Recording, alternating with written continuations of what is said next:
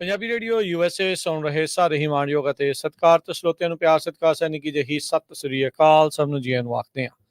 ਸੋ ਤੇ ਪ੍ਰੋਗਰਾਮ ਲੈ ਕੇ ਹਾਜ਼ਰ ਹੋ ਚੁੱਕੇ ਹਾਂ ਇਸ ਮੌਕੇ ਪੰਜਾਬੀ ਟੈਕ ਟਾਕ। ਮੈਂ ਰਾਜਕਰਨਵੀਰ ਸਿੰਘ ਜੁੜ ਚੁੱਕੇ ਨੇ ਆਪਣੇ ਨਾਲ ਹਰਵਿੰਦਰ ਸਿੰਘ ਜੀ ਆਇਆਂ ਨੂੰ ਸਵਾਗਤ ਹੈ। ਸਤਿ ਸ੍ਰੀ ਅਕਾਲ ਜੀ। ਸਤਿ ਸ਼੍ਰੀ ਅਕਾਲ ਰਾਜਕਰਨਵੀਰ ਸਿੰਘ ਤੇ ਪੰਜਾਬੀ ਰੇਡੀਓ USA ਸੁਣਨ ਵਾਲੇ ਸਾਡੇ ਸਾਰੇ ਮਾਣਯੋਗ ਸਰੋਤੇ ਤੇ ਵਿਊਅਰਸ ਨੂੰ ਨਿੱਘੀ ਜੀ ਆਇਆਂ ਤੇ ਪਿਆਰ ਭਰੀ ਸਤਿ ਸ਼੍ਰੀ ਅਕਾਲ। ਸੋ ਤੇ ਅੱਜ ਇੱਕ ਵਾਰੀ ਫੇਰ ਟੈਕਨੋਲੋਜੀ ਦਾ ਇਹ ਨਵਾਂ ਸ਼ੋਅ ਲੈ ਕੇ ਹਾਜ਼ਰ ਹਾਂ। ਦੁਨੀਆ ਭਰ ਦੇ ਵਿੱਚ ਟੈਕਨੋਲੋਜੀ ਦੇ ਖੇਤਰ ਦੇ ਵਿੱਚ ਕੁਛ ਨਾ ਕੁਛ ਨਵਾਂ ਚੱਲਦਾ ਰਹਿੰਦਾ, ਕਦੀ ਟੈਕਨੋਲੋਜੀ ਦੇ ਆਸਪੈਕਟ ਤੋਂ, ਕਦੀ ਟੈਕਨੋਲੋਜੀ ਤੇ ਲੀਗਲ ਆਸਪੈਕਟ ਤੋਂ ਬਹੁਤ ਕੁਛ ਜਿਹੜਾ ਉਹ ਹੋ ਰਿਹਾ ਹੁੰਦਾ ਆ। ਬੇਲਗਾਮ ਹੋਈ ਟੈਕਨੋਲੋਜੀ ਨੁਕਸਾਨ ਕਰਦੀ ਆ, ਮੋਨੋਪੋਲੀਜ਼, ਏਕਾਧਿਕਾਰ, ਇਹ ਸਾਰੀਆਂ ਚੀਜ਼ਾਂ ਅਕਸਰ ਜਿਹੜਾ ਉਪਭੋਗਤਾ ਆ, ਕੰਜ਼ਿਊਮਰ ਆ, ਉਸ ਨੂੰ ਵੀ ਜਾਂ ਸਰਕਾਰਾਂ ਨੂੰ ਵੀ ਕਹਿ ਲਓ ਵੀ ਉਹ ਚੀਜ਼ਾਂ ਜਿਹੜੀਆਂ ਉਹ ਤੰਗ ਕਰਦੀਆਂ ਆ। ਅੱਜ ਥੋੜ੍ਹੀ ਬਹੁਤੀ ਆਪਾਂ ਇਸ ਪੱਖ ਤੋਂ ਗੱਲ ਕਰਨੀ ਆ। ਕੁਛ ਜਿਹੜੇ ਲਾ ਸੂਟ ਚੱਲ ਰਹੇ ਆ, ਹੋ ਰਹੇ ਆ, ਪਹਿਲਾਂ ਕੀ ਹੁੰਦਾ ਰਿਹਾ ਆ, ਉਸ ਬਾਰੇ ਆਪਾਂ ਚਰਚਾ ਕਰਾਂਗੇ। ਸੋ ਹਰਵਿੰਦਰ, ਅੱਜ ਐਂਟੀ ਟਰਸਟ ਲਾਜ਼, ਮੋਨੋਪੋਲੀਜ਼ ਨੂੰ ਲੈ ਕੇ, ਖਾਸ ਕਰਕੇ ਦੁਨੀਆ ਦੀਆਂ ਜਿਹੜੀਆਂ ਇਹ 3-4 ਵੱਡੀਆਂ ਕੰਪਨੀਆਂ ਆ, ਉਹਨਾਂ ਦੇ ਨਾਲ ਸਰਕਾਰਾਂ ਦੇ ਜਿਹੜੇ ਸਿੰਘ ਫਸਦੇ ਰਹਿੰਦੇ ਆ, ਜਾਂ ਆਮ ਲੋਕਾਂ ਨੂੰ ਲੈ ਕੇ ਉਹ ਕੀ ਸੋਚਦੇ ਆ, ਕਾਹਦੇ ਕਰਕੇ ਇਸ ਪਾਸੇ ਵੱਲ ਨੂੰ ਜਾਂਦੇ ਆ, ਉਹਦੇ ਬਾਰੇ ਚਰਚਾ ਕਰਾਂਗੇ। ਤੇ ਸ਼ੁਰੂਆਤ ਕਰਦੇ ਹਾਂ। ਆਪਾਂ ਅਕਸਰ ਇਹ ਸੁਣਿਆ ਹੁੰਦਾ ਆ, ਐਂਟੀ ਟਰਸਟ ਦੇ ਤਹਿਤ ਲਾ ਸੂਟ ਕਰਤਾ, ਸੂ ਕਰ ਦਿੱਤਾ। ਇਸ ਵੱਲ ਵਧਣ ਨੂੰ ਵੀ ਕੀ ਲਾ ਸੂਟ ਹੋਇਆ, ਉਹਦੇ ਵਿੱਚ ਕੀ ਆ, ਕਿਵੇਂ ਆ। ਜੇ ਆਪਾਂ ਥੋੜਾ ਜਿਹਾ ਇਹ ਜਾਣੀਏ ਵੀ ਟੈਕਨੋਲੋਜੀ ਦੇ ਖੇਤਰ ਦੇ ਵਿੱਚ ਜਾਂ ਇਹ ਜਿਹੜਾ ਐਂਟੀ ਟਰਸਟ ਲਾ, ਇਹ ਚੀਜ਼ ਕੀ ਹੁੰਦੀ ਆ, ਤੇ US ਦੇ ਵਿੱਚ ਕਰੀਏ ਤੇ ਕੌਣ ਇਸ ਨੂੰ ਐਨਫੋਰਸ ਕਰ ਰਿਹਾ ਹੁੰਦਾ ਹੈ। ਹਾਂਜੀ ਰਾਜਕਰਨਵੀਰ ਸਿੰਘ, ਆਪਾਂ ਐਂਟੀ ਟਰਸਟ ਦੀ ਵੀ ਗੱਲਬਾਤ ਸ਼ੁਰੂ ਕਰਨ ਤੋਂ ਪਹਿਲਾਂ ਥੋੜੇ ਅੰਕੜੇ ਆਪਾਂ ਗੱਲਬਾਤ ਕਰ ਲੈਂਦੇ ਹਾਂ ਕਿ over the period of time, ਜਦੋਂ ਅਸੀਂ 20ਵੀਂ ਸਦੀ ਦੇ ਸ਼ੁਰੂ ਵਿੱਚ ਆਉਂਦੇ ਹਾਂ ਤੇ ਕਾਰਪੋਰੇਟ ਮਾਡਲ ਨੂੰ ਅਪਣਾਇਆ। ਵੈਸੇ ਤਾਂ ਪੁਰਾਣਾ ਸਮੇਂ ਤੇ, ਪਰ ਇਹਦੇ ਜਿਹੜੀ ਚੜ੍ਹਤ ਹੁੰਦੀ ਹੈ ਕਾਰਪੋਰੇਟ ਮਾਡਲ ਦੀ ਬਹੁਤ ਜ਼ਿਆਦਾ ਦੁਨੀਆ ਭਰ ਦੇ ਵਿੱਚ। ਇੱਕ ਸੋਸ਼ਲਿਸਟ ਮਾਡਲ ਹੁੰਦਾ, ਦੂਸਰੇ ਪਾਸੇ ਕਾਰਪੋਰੇਸ਼ਨਸ ਵਾਲਾ ਮਾਡਲ ਹੈ ਨਾ, ਜਿਹਦੇ ਵਿੱਚ ਅਸੀਂ ਅਮਰੀਕਾ ਵਿੱਚ ਰਹਿੰਦੇ ਹਾਂ। ਤੇ ਉਹਦੇ ਵਿੱਚ ਜਿਹੜੀ ਕਾਰਪੋਰੇਸ਼ਨਸ ਆ, ਉਹਨਾਂ ਕੋਲ ਪੈਸਿਆਂ ਤਾਂ ਅਥਾਹ ਆ ਹੀ ਜਾਂਦਾ, ਤੇ ਉਹਦੇ ਨਾਲ ਜਦੋਂ ਸਾਨੂੰ ਪਤਾ ਕਿ ਜਦੋਂ ਸਰਮਾਇਆ ਆਉਂਦਾ ਤੇ ਉਹਦੇ ਨਾਲ ਉਹਦੀ ਪਾਵਰ ਵੀ ਬਹੁਤ ਜ਼ਿਆਦਾ ਵੱਧਦੀ ਆ, ਹੈਨਾ। ਸੋ ਜਦੋਂ ਹੁਣ ਇਹਦੇ ਵਿੱਚ ਇੱਕ ਆਪਾਂ ਮਿਸਾਲ ਲੈ ਲਈਏ ਕਿ ਤੁਸੀਂ ਵੱਡੀਆਂ ਕੰਪਨੀਆਂ ਦੀ ਗੱਲ ਕੀਤੀ ਪਹਿਲਾਂ, ਜਿਹਨੂੰ ਫੈਂਗ ਕਿਹਾ ਜਾਂਦਾ ਸੀ, ਹਨਾ, ਫੇਸਬੁੱਕ, ਐਮਾਜ਼ੋਨ, ਨੈਟਫਲਿਕਸ, ਗੂਗਲ ਵਗੈਰਾ। ਇਹਦੇ ਵਿੱਚ ਹੋਰ ਵੀ ਚਲੋ ਉੱਤੇ ਥੱਲੇ ਹੁੰਦਾ ਰਹਿੰਦਾ। ਹੁਣ ਮਾਈਕਰੋਸਾਫਟ ਆ, ਉਸ ਤੋਂ ਬਾਅਦ ਐਨਵੀਡੀਆ ਇਸ ਰੇਂਜ ਦੇ ਵਿੱਚ ਆ ਗਿਆ। ਸੋ ਇਹ trillions of dollar the companies ਆ। ਤੇ ਮੈਂ ਜਸਟ ਟੂ ਆਪਾਂ ਥੋੜਾ ਜਿਹਾ ਤੋਂ ਅੰਦਾਜ਼ਾ ਥੋੜਾ ਜਿਹਾ ਲਾ ਲੈਨੇ ਕਿ ਜਦੋਂ trillions of dollar the, trillion dollar the companies ਹੋ ਜਾਂਦੀਆਂ ਨਾ, ਇੱਕ ਕੰਪਨੀ ਜਿਹੜੀ ਆ, ਤੇ ਉਹਦਾ ਕੋਲ ਜਿਹੜਾ ਉਹਦਾ ਕੈਪ ਰੇਟ ਆ ਮਾਰਕੀਟ ਵਿੱਚ, ਉਹਦਾ ਜਿਹੜਾ ਮੁੱਲ ਆ, ਉਹ ਦੁਨੀਆ ਦੇ 100 ਦੇਸ਼ਾਂ ਤੋਂ ਜ਼ਿਆਦਾ ਵੱਧ ਜਾਂਦਾ। Wow, just imagine. ਹਾਂਜੀ, ਸੋ ਇਹਦੇ ਨਾਲ ਇਹ ਮੈਂ ਐਗਜ਼ਾਮਪਲ ਤੁਹਾਨੂੰ ਇਸ ਲਈ ਲੈ ਕੇ ਦਿੱਤੀ ਹੈ ਕਿਉਂਕਿ ਕਾਰਪੋਰੇਸ਼ਨਸ ਦੇ ਕੋਲ ਕਿੰਨੀ ਜ਼ਿਆਦਾ ਪੈਸਾ ਹੋ ਜਾਂਦਾ, ਤੇ ਪੈਸੇ ਦੇ ਨਾਲ ਆਫ ਕੋਰਸ ਪਾਵਰ ਆ ਜਾਂਦੀ ਆ, ਹੈਨਾ। ਸਹੀ ਗੱਲ। ਹੁਣ ਜਦੋਂ ਇੰਨਾ ਪੈਸਾ ਤੇ ਪਾਵਰ ਆ ਜਾਂਦੀ ਆ ਰਾਜਕਰਨ, ਤੇ ਉਹ ਜਦੋਂ ਕਿਸੇ ਕੰਪੀਟੀਸ਼ਨ ਦੇ ਵਿੱਚ ਆਉਂਦੇ ਆ, ਕਿਸੇ ਛੋਟੇ ਬਿਜ਼ਨਸ ਦਾ ਕੋਈ ਹੱਕ ਮਾਰਨ ਦੀ ਗੱਲ ਕਰਦੇ ਆ, ਜਾਂ ਉਹਦੇ ਦੇ ਨਾਲ ਪਾਲਿਸੀਜ਼ ਏਦਾਂ ਬਣਾਉਂਦੇ ਕਿ ਛੋਟਾ ਬਿਜ਼ਨਸ ਖਤਮ ਹੋ ਜਾਏ, ਹੈਨਾ, ਕੁਛ ਰੂਲਸ ਐਂਡ ਰੈਗੂਲੇਸ਼ਨ ਜਾਂ ਉਸ ਹਿਸਾਬ ਨਾਲ ਬਿਜ਼ਨਸ ਦੇ ਵਿੱਚ ਆਉਂਦੇ ਆ। ਤੇ ਛੋਟੇ ਬਿਜ਼ਨਸ ਕੋਲ ਜਦੋਂ ਮਮ ਐਂਡ ਪੌਪ ਸ਼ਾਪਸ ਹੋ ਗਈਆਂ ਜਾਂ ਕੋਈ ਹੋਰ ਛੋਟੇ ਬਿਜ਼ਨਸ ਹੋ ਗਏ, ਉਹ ਤੇ ਇੰਨੇ ਵੱਡੀ ਕੰਪਨੀਜ਼ ਦੇ ਆਲੇ ਦੁਆਲੇ ਕਦੇ ਖੜ ਹੀ ਨਹੀਂ ਸਕਦੇ, ਉਹਨਾਂ ਦੇ ਸਾਹਮਣੇ ਕਦੇ ਨਹੀਂ ਖੜਦੇ। ਬਿਲਕੁਲ, ਇਹ ਪੋਸਿਬਿਲਿਟੀ ਹੈ ਨਹੀਂ ਡੈਨ ਦੇ ਸਾਹਮਣੇ ਖੜਨ ਦੀ, ਪਰ ਦਾ ਲੈਕ ਆਫ ਬੈਟਰ ਵਰਡ ਹੈ ਨਾ, ਚਲੋ ਨੈਗੇਟਿਵ ਵਰਡ ਆ, ਪਰ ਚਲੋ ਜੋ ਵੀ ਆ। ਤੇ ਉਹਦੇ ਕਰਕੇ ਰਾਜਕਰਨ ਫਿਰ ਆਪਾਂ ਗੱਲ ਕਰਦੇ ਕਿ ਐਂਟੀ ਟਰਸਟ ਲਾਅ ਜਿਹੜੇ ਵੱਖ-ਵੱਖ ਮੁਲਕਾਂ ਨੇ ਬਣਾਏ ਹੋਏ ਆ, ਤੇ ਅਮਰੀਕਾ, ਯੂਰਪ ਵਿੱਚ ਤਾਂ ਇਹਦੀ ਕਾਫੀ ਜ਼ਿਆਦਾ ਸਟ੍ਰਿੰਜੈਂਟ ਇਹਨਾਂ ਚੀਜ਼ਾਂ ਦੇ ਉੱਤੇ ਜ਼ੋਰ ਦਿੱਤਾ ਜਾਂਦਾ, ਕਿਉਂਕਿ ਬਾਏ ਦਾ ਐਂਡ ਆਫ ਦਾ ਡੇ ਮੰਨ ਲਓ ਕਿ ਕਿਸੇ ਕੰਪਨੀ ਕੋਲ ਬਹੁਤ ਜ਼ਿਆਦਾ ਪਾਵਰ ਆ ਜਾਂਦੀ ਆ, ਤੇ ਉਹ ਕੁਛ ਏਦਾਂ ਦੇ ਲਾਅ ਐਂਡ ਰੈਗੂਲੇਸ਼ਨ, ਜਿਹਦੇ ਬਾਰੇ ਅਸੀਂ ਗੱਲਬਾਤ ਵੀ ਕਰਾਂਗੇ। ਹੁਣ ਐਪਲ ਦੇ ਲਾਅ ਸੂਟ ਦੀ ਪ੍ਰਾਇਮਰੀਲੀ ਆਪਾਂ ਗੱਲ ਕਰਨੀ ਹੈ, ਹੋਰ ਕੰਪਨੀਆਂ ਦੀ ਵੀ, ਪਰ ਇਹਦਾ ਜਿਹੜੇ ਛੋਟੇ ਬਿਜ਼ਨਸ ਓਨਰ ਆ ਜਾਂ ਜਿਹੜੇ ਆਮ ਕੰਜ਼ਿਊਮਰ ਆ, ਜਿਹੜੇ ਤੁਸੀਂ ਨਾ ਖਪਤਕਾਰ, ਉਹਨਾਂ ਦੇ ਉੱਤੇ ਇਹਦਾ ਇੰਪੈਕਟ ਪੈਣ ਦਾ, ਹੈਨਾ। ਉਹਨਾਂ ਦੀ ਪ੍ਰਾਈਸ ਗੌਜਿੰਗ, ਯਾਨੀ ਕਿ ਜਿਹੜੇ ਉਹਨਾਂ ਦੇ ਪ੍ਰੋਡਕਟ ਆ, ਉਹਨਾਂ ਕੋਲ ਕੋਈ ਆਪਸ਼ਨ ਨਾ ਹੋਣ ਕਰਕੇ ਉਹਨਾਂ ਦੇ ਪ੍ਰਾਈਸਿਸ ਚੀਜ਼ਾਂ ਦੇ ਵੱਧਦੇ ਆ, ਉਹਨਾਂ ਨੂੰ ਖਰੀਦਣੇ ਪੈਂਦੇ ਆ। ਸੋ ਇਹ ਸਾਰੀਆਂ ਚੀਜ਼ਾਂ ਤੋਂ ਪਬਲਿਕ ਨੂੰ ਬਚਾਉਣ ਦੇ ਵਾਸਤੇ ਐਂਟੀ ਟਰਸਟ ਲਾਅ ਜਿਹੜੇ ਆ ਉਹ ਬਣਾਏ ਜਾਂਦੇ ਆ। ਸੋ ਅਮਰੀਕਾ ਦੇ ਵਿੱਚ ਐਂਟੀ ਟਰਸਟ ਜਿਹੜਾ ਵਾ, ਉਹਦੀ ਜੇ ਆਪਾਂ ਡੈਫੀਨੇਸ਼ਨ ਜਾਈਏ ਤੇ ਉਹਨੂੰ ਆਪਾਂ ਇਹ ਕਹਿੰਦੇ ਕਿ it's anti trust laws regulate the concentration of economic power to prevent companies from price colluding or creating monopolies. English ਦੇ ਵਿੱਚ ਉਹਦੀ ਡੈਫੀਨੇਸ਼ਨ, ਕਿ ਉਹਨੂੰ ਪੰਜਾਬੀ ਦੇ ਵਿੱਚ ਕਹੀਏ ਕਿ ਜਿਹੜੇ ਐਂਟੀ ਟਰਸਟ ਲਾਅ ਵਾ ਉਹ ਇਸ ਲਈ ਹੁੰਦੇ ਆ ਕਿ ਜਿਹੜੀਆਂ ਕੰਪਨੀਆਂ ਆ ਉਹਨਾਂ ਕੋਲ ਜਿਹੜੀ ਸਰਮਾਏਦਾਰੀ ਆ ਉਹਨੂੰ ਬਹੁਤ ਜ਼ਿਆਦਾ ਉਹਨਾਂ ਦੇ ਨਾਂ ਵਾਜੇ, ਤਾਂ ਕਿ ਉਹ ਜਿੱਦਾਂ ਪ੍ਰਾਈਸ ਦੀ ਗੱਲ ਕੀਤੀ ਵੀ ਲੋਕਾਂ ਕੋਲ ਹੋਰ ਆਪਸ਼ਨ ਹੀ ਰਹੇ ਵੱਧ ਪ੍ਰਾਈਸ ਦੇਣ ਤੋਂ ਬਿਨਾਂ, ਤੇ ਜਾਂ ਉਹਨਾਂ ਦੀ ਮੋਨੋਪੋਲੀ ਨਾ ਬਣੇ, ਹੈਲਦੀ ਕੰਪੀਟੀਸ਼ਨ ਜਿਹੜਾ ਮਾਰਕੀਟ ਦੇ ਵਿੱਚ ਰਹੇ। ਸੋ ਇਸ ਦੇ ਲਈ ਇਹ ਜਿਹੜੇ ਐਂਟੀ ਟਰਸਟ ਲਾਅ ਆ ਉਹ ਬਣਾਏ ਜਾਂਦੇ ਆ। ਸੋ ਇਹ ਜਿਹਦੀ ਇੰਪਲੀਮੈਂਟੇਸ਼ਨ ਇਹਦੀ ਕਰਨ ਦੇ ਵਾਸਤੇ ਇਸ ਲਈ ਵੀ ਕੀਤੀ ਜਾਂਦੀ ਕਿ ਤਾਂ ਕਿ ਜਿਹੜੇ ਬਾਈ ਦ ਐਂਡ ਆਫ ਦ ਡੇ ਤੁਸੀਂ ਗੱਲ ਕੀਤੀ ਨਾ ਖਪਤਕਾਰ ਉਹਨਾਂ ਦੇ ਪ੍ਰਾਈਸਿਸ ਜਿਹੜੇ ਘੱਟ ਰਹਿਣ, ਤੇ ਜਿਹੜੇ ਨਵੇਂ ਤੋਂ ਨਵੇਂ ਕੰਪੀਟੀਸ਼ਨ ਆ ਉਹ ਮਾਰਕੀਟ ਦੇ ਵਿੱਚ ਆਉਂਦੇ ਰਹਿਣ, ਨਵੀਂ ਜਿਹੜੀ ਇਨੋਵੇਸ਼ਨ ਆਉਂਦੀ ਰਹਿਣ, ਕਿਉਂਕਿ ਜੇ ਮੋਨੋਪੋਲੀ ਵੱਡੀਆਂ ਕੰਪਨੀਆਂ ਰੱਖ ਲੈਣ ਤੇ ਫਿਰ ਇਨੋਵੇਸ਼ਨ ਨੂੰ ਮਾਰ ਦਿੰਦੀ ਆ। ਜਦੋਂ ਇਨੋਵੇਸ਼ਨ ਨੂੰ ਮਾਰ ਦਿੰਦੀ ਆ ਤੇ ਉਹਦੇ ਨਾਲ ਜਿਹੜੀ ਗਰੋਥ ਆ ਕਿਸੇ ਮੁਲਕ ਦੀ ਜਾਂ ਤਰੱਕੀ ਉਹ ਰੁਕ ਜਾਂਦੀ ਹੈ। ਹੁਣ ਗੱਲ ਅਸੀਂ ਕਰਦੇ ਹਾਂ ਅਮਰੀਕਾ ਦੀ। ਸੋ ਅਮਰੀਕਾ ਦੇ ਵਿੱਚ ਰਾਜ ਕਰਨ 3 ਤਰ੍ਹਾਂ ਦੇ ਐਂਟੀ ਟਰਸਟ ਲਾਅ ਐਗਜ਼ਿਸਟ ਕਰਦੇ ਆ। ਠੀਕ ਹੈ, ਆਪਾਂ ਬਹੁਤ ਡੀਟੇਲ ਚ ਨਹੀਂ ਜਾਣੇ, ਬਸ ਬਰੀਫਲੀ ਉਹਦੇ ਬਾਰੇ ਗੱਲ ਕਰਾਂਗੇ। ਇੱਕ ਸ਼ਰਮਨ ਐਕਟ ਆ, ਇੱਕ ਫੈਡਰਲ ਟ੍ਰੇਡ ਕਮਿਸ਼ਨ ਐਕਟ ਆ, ਤੇ ਇੱਕ ਦਾ ਨਾਂ ਹੈਗਾ ਕਲੇਟਨ ਐਕਟ। ਸੋ ਇਹਦੇ ਬਾਰੇ ਆਪਣੇ ਸਰੋਤੇ ਆਨਲਾਈਨ ਜਾ ਕੇ ਜਾਣਕਾਰੀ ਹੈ ਨਾ ਉਹ ਲੈ ਸਕਦੇ ਆ। ਤਾਂ ਇਹਨਾਂ ਨੂੰ ਜਿੱਦਾਂ ਤੇ ਕਾਫੀ ਨਾਂ ਤੋਂ ਵੀ ਮਸ਼ਹੂਰ ਆ, ਜਿੱਦਾਂ ਹਨਾ ਫੈਡਰਲ ਟ੍ਰੇਡ ਕਮਿਸ਼ਨ ਐਕਟ ਆ, ਇਹਨੂੰ ਫੈਡਰਲ ਟ੍ਰੇਡ ਕਮਿਸ਼ਨ ਚਲਾਉਂਦੇ ਆ, ਤੇ ਉਹਦੇ ਕੋਲੈਬੋਰੇਸ਼ਨ ਦੇ ਵਿੱਚ ਹੁੰਦਾ US ਡਿਪਾਰਟਮੈਂਟ ਆਫ ਜਸਟਿਸ, ਕਿਉਂਕਿ ਜਦੋਂ ਇਦਾਂ ਦੇ ਐਕਟ ਨੂੰ ਇੰਪਲੀਮੈਂਟ ਕਰਨਾ ਆਫ ਕੋਰਸ ਉਹਦਾ ਲੀਗਲ ਪ੍ਰੋਸੈਸ ਹੁੰਦਾ ਹੈ ਪ੍ਰੋਪਰ, ਹੈ ਨਾ। ਤੇ ਉਹਦੇ ਕਰਕੇ ਜਿਹੜਾ FTC ਫੈਡਰਲ ਟ੍ਰੇਡ ਕਮਿਸ਼ਨ ਤੇ US ਡਿਪਾਰਟਮੈਂਟ ਆਫ ਜਸਟਿਸ ਜਿਹਨੂੰ DOJ ਵੀ ਕਹਿੰਦੇ ਆ, ਹੈਨਾ, ਇਹਨਾਂ ਦੋਹਾਂ ਦੀ ਜ਼ਿੰਮੇਵਾਰੀ ਬਣ ਜਾਂਦੀ ਹੈ ਇਹਨਾਂ ਨੂੰ ਇੰਪਲੀਮੈਂਟ ਕਰਾਉਣ ਦੇ ਲਈ। ਤੇ ਜਿਹੜਾ FTC ਆ ਹਨਾ, ਟ੍ਰੇਡ ਤੋਂ ਜਿੱਦਾਂ ਨਾ ਹੀ ਆਪਾਂ ਨਾਮ ਹੀ ਕਾਫੀ ਹੈ ਨਾ। ਸੋ ਜਿਹੜਾ ਉਹ ਜਿੱਦਾਂ ਉਹਦਾ ਪ੍ਰਾਇਮਰੀਲੀ ਫੋਕਸ ਹੁੰਦਾ ਵਾ ਇਕੋਨਮੀ, ਹੈ ਨਾ, ਇਕੋਨਮੀ ਦੇ ਨਾਲ ਆਪਾਂ ਰਿਲੇਟਡ ਆ। ਤੇ ਜਿਹੜਾ ਡਿਪਾਰਟਮੈਂਟ ਆਫ ਜਸਟਿਸ ਆ ਉਹਦਾ ਜਿਹੜਾ ਹੁੰਦਾ telecommunication, bank, rail road, airlines, ਤੇ ਉਹਨਾਂ ਕੋਲ ਕਿਉਂਕਿ ਡਿਪਾਰਟਮੈਂਟ ਆਫ ਜਸਟਿਸ ਆ ਉਹਨਾਂ ਕੋਲ ਇੰਨੀ ਪਾਵਰ ਵੀ ਹੁੰਦੀ ਹੈ ਕਿ ਉਹ ਕ੍ਰਿਮੀਨਲ ਸੈਂਕਸ਼ਨਸ ਕਿਸੇ ਵੀ ਕੰਪਨੀ ਦੇ ਉੱਪਰ ਲਾ ਸਕਦੇ। ਬਿਲਕੁਲ। ਸੋ ਜੇ ਦੇਖਿਆ ਜਾਵੇ ਤਾਂ ਦੋ ਜਿਹੜੀਆਂ ਮੁੱਖ ਫੈਡਰਲ ਸੰਸਥਾਵਾਂ ਡਿਪਾਰਟਮੈਂਟ ਆਫ ਜਸਟਿਸ ਤੇ FTC, ਇਹ ਇਸ ਦੇ ਵਿੱਚ ਐਂਟੀ ਟਰਸਟ ਲਾਅ ਨੂੰ ਅਨਫੋਰਸ ਕਰ ਰਹੀਆਂ। ਇਕੋਨਮੀ ਦੇ ਵੱਖ-ਵੱਖ ਹਿੱਸਿਆਂ ਦੇ ਵਿੱਚ ਜੋ ਕੁਛ ਵੀ ਜਿਹੜਾ ਉਹ ਵਾਪਰ ਰਿਹਾ ਹੁੰਦਾ ਆ ਉਹਦੇ ਮੁਤਾਬਕ ਉਹ ਦੇਖਦੇ ਆ। ਮੈਨੂੰ ਲੱਗਦਾ ਕਈ ਉਦਾਹਰਨਾਂ ਵੀ ਹੋਣਗੀਆਂ, ਕਈ ਕੁਛ ਜਿਹੜਾ ਪਹਿਲਾਂ ਵੀ ਹੋਇਆ ਜਦੋਂ ਜਿਨ੍ਹਾਂ ਕੰਪਨੀ ਦਾ ਤੁਸੀਂ ਨਾਂ ਲਿਆ, ਇਹਨਾਂ ਸਾਰਿਆਂ ਦੇ ਉੱਤੇ ਕਿਤੇ ਨਾ ਕਿਤੇ ਮੈਨੂੰ ਲੱਗਦਾ ਐਂਟੀ ਟਰਸਟ ਜਿਹੜੇ ਕਾਨੂੰਨ ਆ ਉਹ ਲੱਗੇ ਆ, ਉਹ ਲਾ ਸੂਟਸ ਆ ਉਹ ਹੋਏ ਆ, ਜਿਨ੍ਹਾਂ 'ਚ ਮੈਨੂੰ ਲੱਗਦਾ ਇਹਨਾਂ ਨੇ ਕਈਆਂ ਨੇ ਤਾਂ ਰਾਸ਼ੀ ਵੀ ਜਿਹੜੀ ਉਹ ਦਿੱਤੀ ਹੋਣੀ ਆ। ਉਹ ਜੇ ਦੇਖਿਆ ਜਾਵੇ ਵੈਸਟਰਨ ਮੁਲਕਾਂ ਦੇ ਵਿੱਚ ਇੱਕ ਯੂਰਪੀਅਨ ਮਾਡਲ ਆ ਜਾਂਦਾ, ਇੱਕ ਐਂਟੀ ਟਰਸਟ ਆ, ਇੱਕ ਅਮਰੀਕਨ ਮਾਡਲ ਜਿਹੜਾ ਉਹ ਆ ਜਾਂਦਾ। ਅਮਰੀਕਨ ਬੀਇੰਗ ਕੈਪੀਟਲਿਸਟ, ਉਹ ਫਿਰ ਵੀ ਕਿਤੇ ਨਾ ਕਿਤੇ ਇਹ ਸਰਮਾਏਦਾਰਾਂ ਦੇ ਨਾਲ ਕਈ ਵਾਰੀ ਜਿਹੜਾ ਉਹ ਖੜ ਜਾਂਦਾ, ਜਾਂ ਕਹਿ ਲਓ ਵੀ ਉਹਨਾਂ ਨੂੰ ਥੋੜ੍ਹੀ ਕਿਤੇ ਨਾ ਕਿਤੇ ਰਾਹਤ ਮਿਲ ਜਾਂਦੀ ਆ। ਯੂਰਪ ਵਾਲੇ ਥੋੜ੍ਹੇ ਜਿਹੇ ਸੋਸ਼ਲਿਸਟ ਵਾਲੇ ਪਾਸੇ ਹੋਣ ਕਰਕੇ ਉੱਥੇ ਥੋੜ੍ਹਾ ਜ਼ਿਆਦਾ ਉਹਨਾਂ ਦਾ ਸਖਤੀ ਜਿਹੜੀ ਉੱਥੇ ਦੇਖਣ ਨੂੰ ਮਿਲਦੀ ਆ। ਸੋ ਯੂਰਪ ਦੇ ਵਿੱਚ ਅਮਰੀਕਾ ਦੇ ਨਾਲੋਂ ਸਿਨੈਰੀਓ ਕਿੱਦਾਂ ਦਾ ਆ, ਵੱਖਰਾ ਆ, ਆਲਮੋਸਟ ਸੇਮ ਆ, ਜਾਂ ਹੈ ਅਸਲ 'ਚ ਇਹ ਫਰਕ? ਰਾਜਕਰ, ਇਹ ਗੱਲ ਤੁਹਾਡੀ ਠੀਕ ਆ, ਕਿਉਂਕਿ ਯੂਰਪ ਵਾਲੇ ਜ਼ਿਆਦਾ ਦੁਆਲੇ ਚੜ੍ਹਦੇ ਇਹਨਾਂ ਕੰਪਨੀਜ਼ ਦੇ। ਤੇ ਪਰ ਉਹਦੇ ਵਿੱਚ ਨਾ ਵਿਚਲੀ ਮੇਰੇ ਜਿਹੜਾ ਮੈਨੂੰ ਜੋ ਦੇਖਣ ਨੂੰ ਗੱਲ ਮੈਨੂੰ ਸੁਣਦੀ ਮੈਂ ਨਾ, ਇਹਦੇ ਵਿੱਚ ਆਪਾਂ ਚਾਈਨਾ ਨੂੰ ਵੀ ਲੈ ਆਉਂਦੇ, ਉਹਦੇ ਨਾਲ ਗੱਲ ਸ਼ਾਇਦ ਥੋੜੀ ਸਮਝ ਆ ਜਾਊ ਥੋੜੀ ਜੀ। ਇਹਦੇ ਵਿੱਚ ਦੋਰਾਵਾਂ ਕੋਈ ਨਹੀਂ ਕਿ ਐਂਟੀ ਟਰਸਟ ਦੀ ਜਿਹੜੀ ਪਾਲਿਸੀਜ਼ ਆ ਉਹ ਯੂਰਪ ਦੀਆਂ ਜ਼ਿਆਦਾ ਸਟ੍ਰਿੰਜੈਂਟ ਆ, ਭਾਵੇਂ ਡੇਟਾ ਮੂਵਮੈਂਟ ਨੂੰ ਲੈ ਕੇ ਜਾਂ ਕੰਪੀਟੀਸ਼ਨ ਨੂੰ ਲੈ ਕੇ, ਇਹ ਸਾਰੀ ਚੀਜ਼ਾਂ ਯੂਰਪ ਦੇ ਵਿੱਚ ਜ਼ਿਆਦਾ, ਕਿਉਂਕਿ ਜ਼ਿਆਦਾ ਅਸੀਂ ਸੁਣਦੇ ਫਾਈਨ ਆਪਾਂ ਨੂੰ ਯੂਰਪ ਤੋਂ ਹੀ ਮਿਲਦੇ ਆ ਦੇਖਣ ਨੂੰ, ਜੋ ਖਬਰਾਂ ਸੁਣੇ UK ਤੋਂ ਹੋ ਗਏ ਜਾਂ ਯੂਰਪੀਅਨ ਯੂਨੀਅਨ ਤੋਂ ਹੋ ਗਏ। ਇਹਦਾ ਇੱਕ ਕਾਰਨ ਤਾਂ ਚਲੋ ਐਥੀਕਲ ਹੈ ਹੀ ਹੈ, ਹਨਾ, ਇਹਦੇ ਵਿੱਚ ਕੋਈ ਦੋ ਰਾਵਾਂ ਨਹੀਂ। ਯੂਰਪ ਦੇ ਲਾਜ਼ ਜਿਹੜੇ ਆ, ਕਿਉਂਕਿ ਬਾਈ ਦਾ ਐਂਡ ਆਫ ਦਾ ਡੇ ਜਿਹੜੇ ਲਾਜ਼ ਕਿਉਂ ਬਣਦੇ ਆ, ਜਿਹੜੇ ਉਹਨਾਂ ਦੇ ਲੋਕ ਆ ਉਹਨਾਂ ਦੀ ਪ੍ਰੋਟੈਕਸ਼ਨ ਦੇ ਵਾਸਤੇ, ਉਹਨਾਂ ਦੇ ਲੋਕ ਦੀ ਡੈਫੀਨੇਸ਼ਨ ਜਿਹੜੀ ਉਸ ਹੱਦਬੰਦੀ ਦੇ ਵਿੱਚ ਲੋਕ ਰਹਿੰਦੇ ਆ, ਹਨਾ। ਇੱਕ ਤਾਂ ਚਲੋ ਕਾਰਨ ਉਹ ਹੋ ਗਿਆ, ਹਨਾ। ਦੂਸਰਾ ਰਾਜ ਕਰਨੇ ਦਾ ਕਾਰਨ ਇਹ ਹੁੰਦਾ ਕਿ ਮੈਂ ਚਾਈਨਾ ਦੇ ਐਗਜ਼ਾਮਪਲ ਵਿੱਚ ਕਿਉਂ ਲੈਣਾ, ਕਿਉਂਕਿ ਜਦੋਂ ਅਸੀਂ Chinese companies versus US companies ਦੇ ਲਾਅ ਸੂਟ ਹੁੰਦੇ ਆ, ਜੇ ਤਾਂ ਲਾਅ ਸੂਟ ਹੁਣ ਚਾਈਨਾ ਦੇ ਵਿੱਚ ਤੇ ਹਰ ਇੱਕ ਮੁਲਕਾਂ ਦਾ ਬਾਇਸ ਹੁੰਦਾ, ਚਾਈਨੀਜ਼ ਕੰਪਨੀਜ਼ ਦਾ ਐਜ ਹੁੰਦਾ। ਬਾਈ ਦਾ ਐਂਡ ਆਫ ਦ ਡੇ ਕੁਛ ਵੀ ਫੇਅਰ ਨਹੀਂ ਹੈ, ਹਾਂ, ਜੇ ਕੋਈ 100% ਦੀ ਕੁਛ ਵੀ ਫੇਅਰ ਆ ਉਹ ਨਹੀਂ ਆ। ਇਸੇ ਤਰ੍ਹਾਂ ਜਦੋਂ ਇਹ ਕੰਪਨੀਜ਼ ਆਉਂਦੀਆਂ ਵਾ, ਜਿੱਦਾਂ ਪਰ ਅਸੀਂ ਨਾਲ ਐਪਲ, ਗੂਗਲ ਵਗੈਰਾ, ਹੈ ਨਾ, ਮਾਈਕਰੋਸਾਫਟ, ਇਹ ਅਮਰੀਕਨ ਕੰਪਨੀਜ਼ ਆ।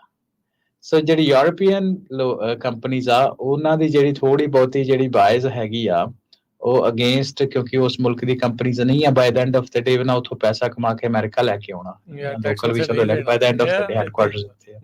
ਸੋ ਉਹਨਾਂ ਦੀ ਜਿਹੜੀ ਨਜ਼ਰ ਉਹ ਤਿੱਖੀ ਉਹਨਾਂ ਕੰਪਨੀਜ਼ ਦੇ ਉੱਤੇ ਰਹਿੰਦੀ ਆ ਜਿਹੜੀ ਆ ਨਾਨ ਯੂਰਪੀਅਨ ਆ। ਠੀਕ ਹੈ ਹੈਨਾ।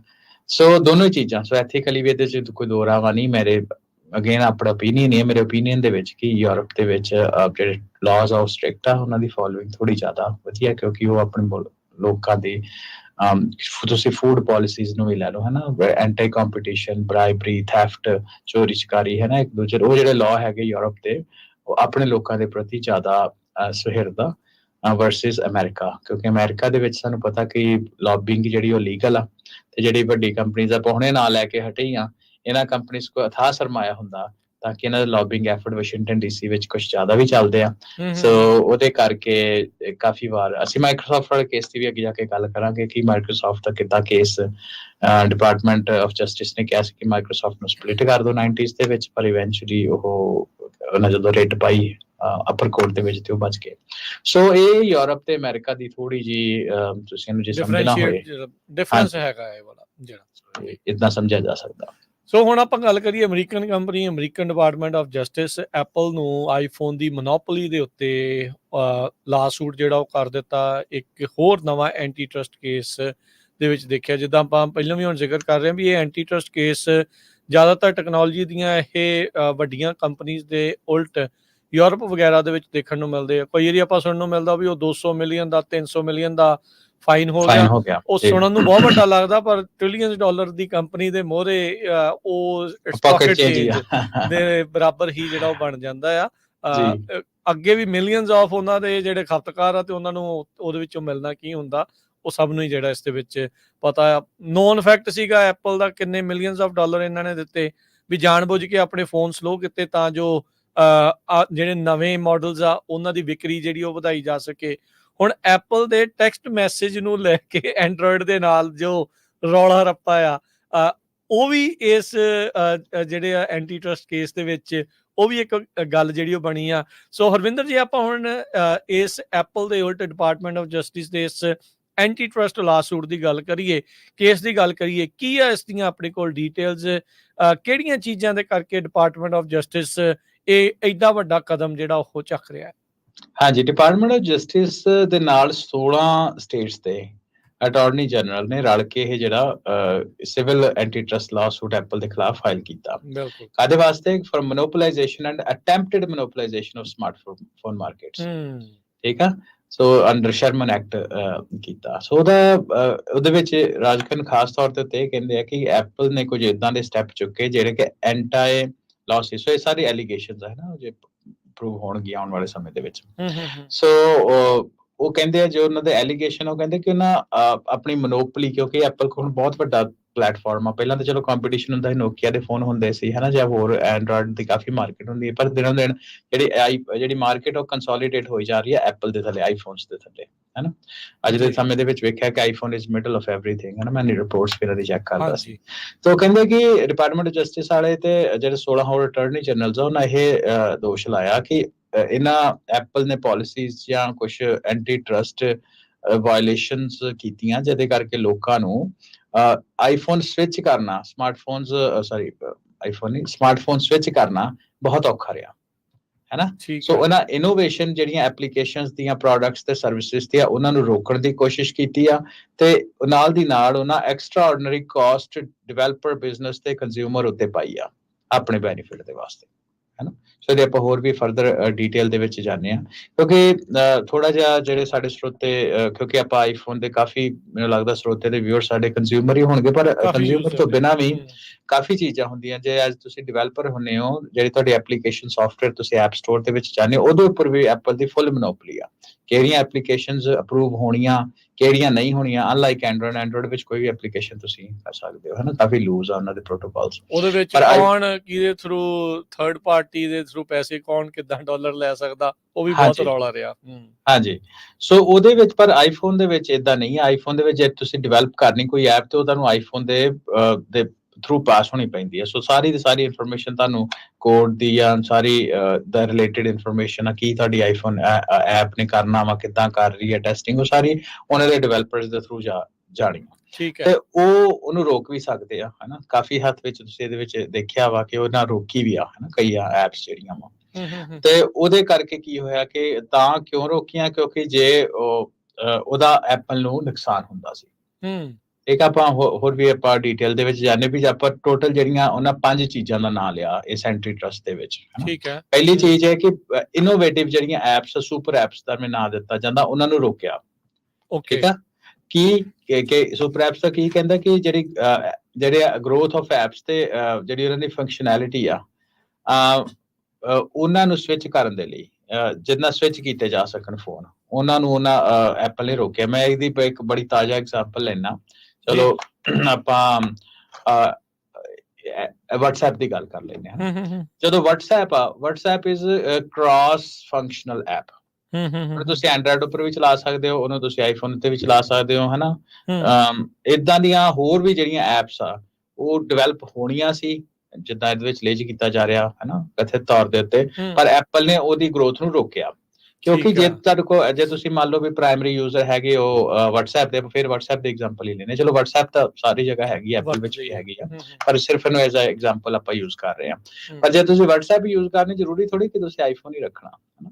ਤੁਸੀਂ ਐਂਡਰੋਇਡ ਵਰਤ ਸਕਦੇ ਹੋ, ਤੁਸੀਂ ਨੋਕੀਆ ਵਰਤ ਸਕਦੇ ਹੋ, ਹਰ ਜਗ੍ਹਾ ਇਹਨਾਂ ਦੀ ਐਪਲੀਕੇਸ਼ਨ ਜਿਹੜੀ ਅਵੇਲੇਬਲ ਆ। ਸੋ ਨੰਬਰ 2 ਦੇ ਉੱਤੇ ਜਿਹੜੀ ਕਲਾਊਡ ਸਟ੍ਰੀਮਿੰਗ ਸਰਵਿਸਿਜ਼ ਆ, ਸੋ ਉਹਦੇ ਉੱਤੇ ਵੀ ਇਹਨਾਂ ਰੋਕ ਲਿਆ। ਕਲਾਊਡ ਸਟ੍ਰੀਮਿੰਗ ਸਰਵਿਸਿਜ਼ ਦਾ ਕਹਿਣ ਦਾ ਮਤਲਬ ਇਹ ਹੈ ਕਿ ਮੰਨ ਲਓ ਕਿ ਤੁਸੀਂ ਆਈਫੋਨ ਯੂਜ਼ ਕਰਦੇ ਪਏ ਹੋ, ਹਨਾ, ਤੇ ਉਹਦੇ ਵਿੱਚ ਕੁਝ ਏਦਾਂ ਦੀ ਤੁਹਾਡੇ ਕੋਲ ਆਈਫੋਨ ਐਪ ਹੈਗੀਆਂ ਜਿਹਦੇ ਵਿੱਚ ਤੁਸੀਂ ਹਾਈ ਕੁਆਲਿਟੀ ਵੀਡੀਓ ਤੇ ਗੇਮਸ ਜਾਂ ਹੋਰ ਕੋਈ ਕੰਟੈਂਟ ਜਿਹੜਾ ਵਾ ਉਹ ਤੁਸੀਂ ਸਟ੍ਰੀਮਿੰਗ ਐਪਸ ਦੇ ਵਿੱਚ ਯੂਜ਼ ਕਰ ਸਕਦੇ ਹੋ। ਯਾਨੀ ਕਿ ਆਈਫੋਨ ਛੱਡ ਕੇ ਤੁਸੀਂ ਟੀਵੀ ਉੱਪਰ ਜਾਂ ਹੋਰ ਜਗ੍ਹਾ ਦੇ ਉੱਤੇ ਤੁਸੀਂ ਉਹਨੂੰ ਵਰਤ ਸਕਦੇ ਹੋ, ਹਨਾ।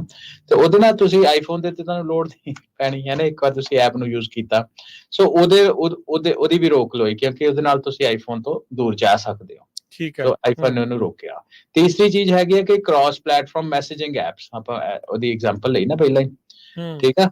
ਤੇ ਉਹਦੇ ਵਿੱਚ ਰਾਜਗਨ ਉਹਨਾਂ ਅੜਿੱਕੇ ਕੀ ਡਾਏ ਕਿ 2-3 ਚੀਜ਼ਾਂ ਇਹਦੇ ਵਿੱਚ ਅੜਿੱਕੇ ਉਹਨਾਂ ਇਹ ਡਾਏ ਕਿ ਇੱਕ ਤਾਂ ਉਹਦੀ ਡਿਵੈਲਪਮੈਂਟ ਨੂੰ, ਜਿੱਦਾਂ ਆਪਾਂ ਪਹਿਲਾਂ ਗੱਲ ਕੀਤਾ ਵੀ ਸੁਪਰ ਐਪਸ ਦੀ ਡਿਵੈਲਪਮੈਂਟ ਰੋਕੀ। ਦੂਸਰੀ ਚੀਜ਼ ਇਹ ਆ ਕਿ ਜਿਹੜੀ ਕ੍ਰਾਸ ਪਲੇਟਫਾਰਮ ਮੈਸੇਜਿੰਗ ਆ ਉਹਨੂੰ ਔਖਿਆਂ ਤੇ ਘਟੀਆ ਕੁਆਲਿਟੀ ਦਾ ਕੀਤਾ। ਫਾਰ ਐਗਜ਼ਾਮਪਲ, ਜੇ ਤੁਸੀਂ ਆਈਫੋਨ ਟੂ ਆਈਫੋਨ ਮੈਸੇਜ ਕਰਦੇ ਹੋ, ਉਹ ਕਹਿੰਦੇ ਵੀ ਤੁਹਾਡੇ ਐਂਡ ਟੂ ਐਂਡ ਸਿਕਿਉਰ ਆ।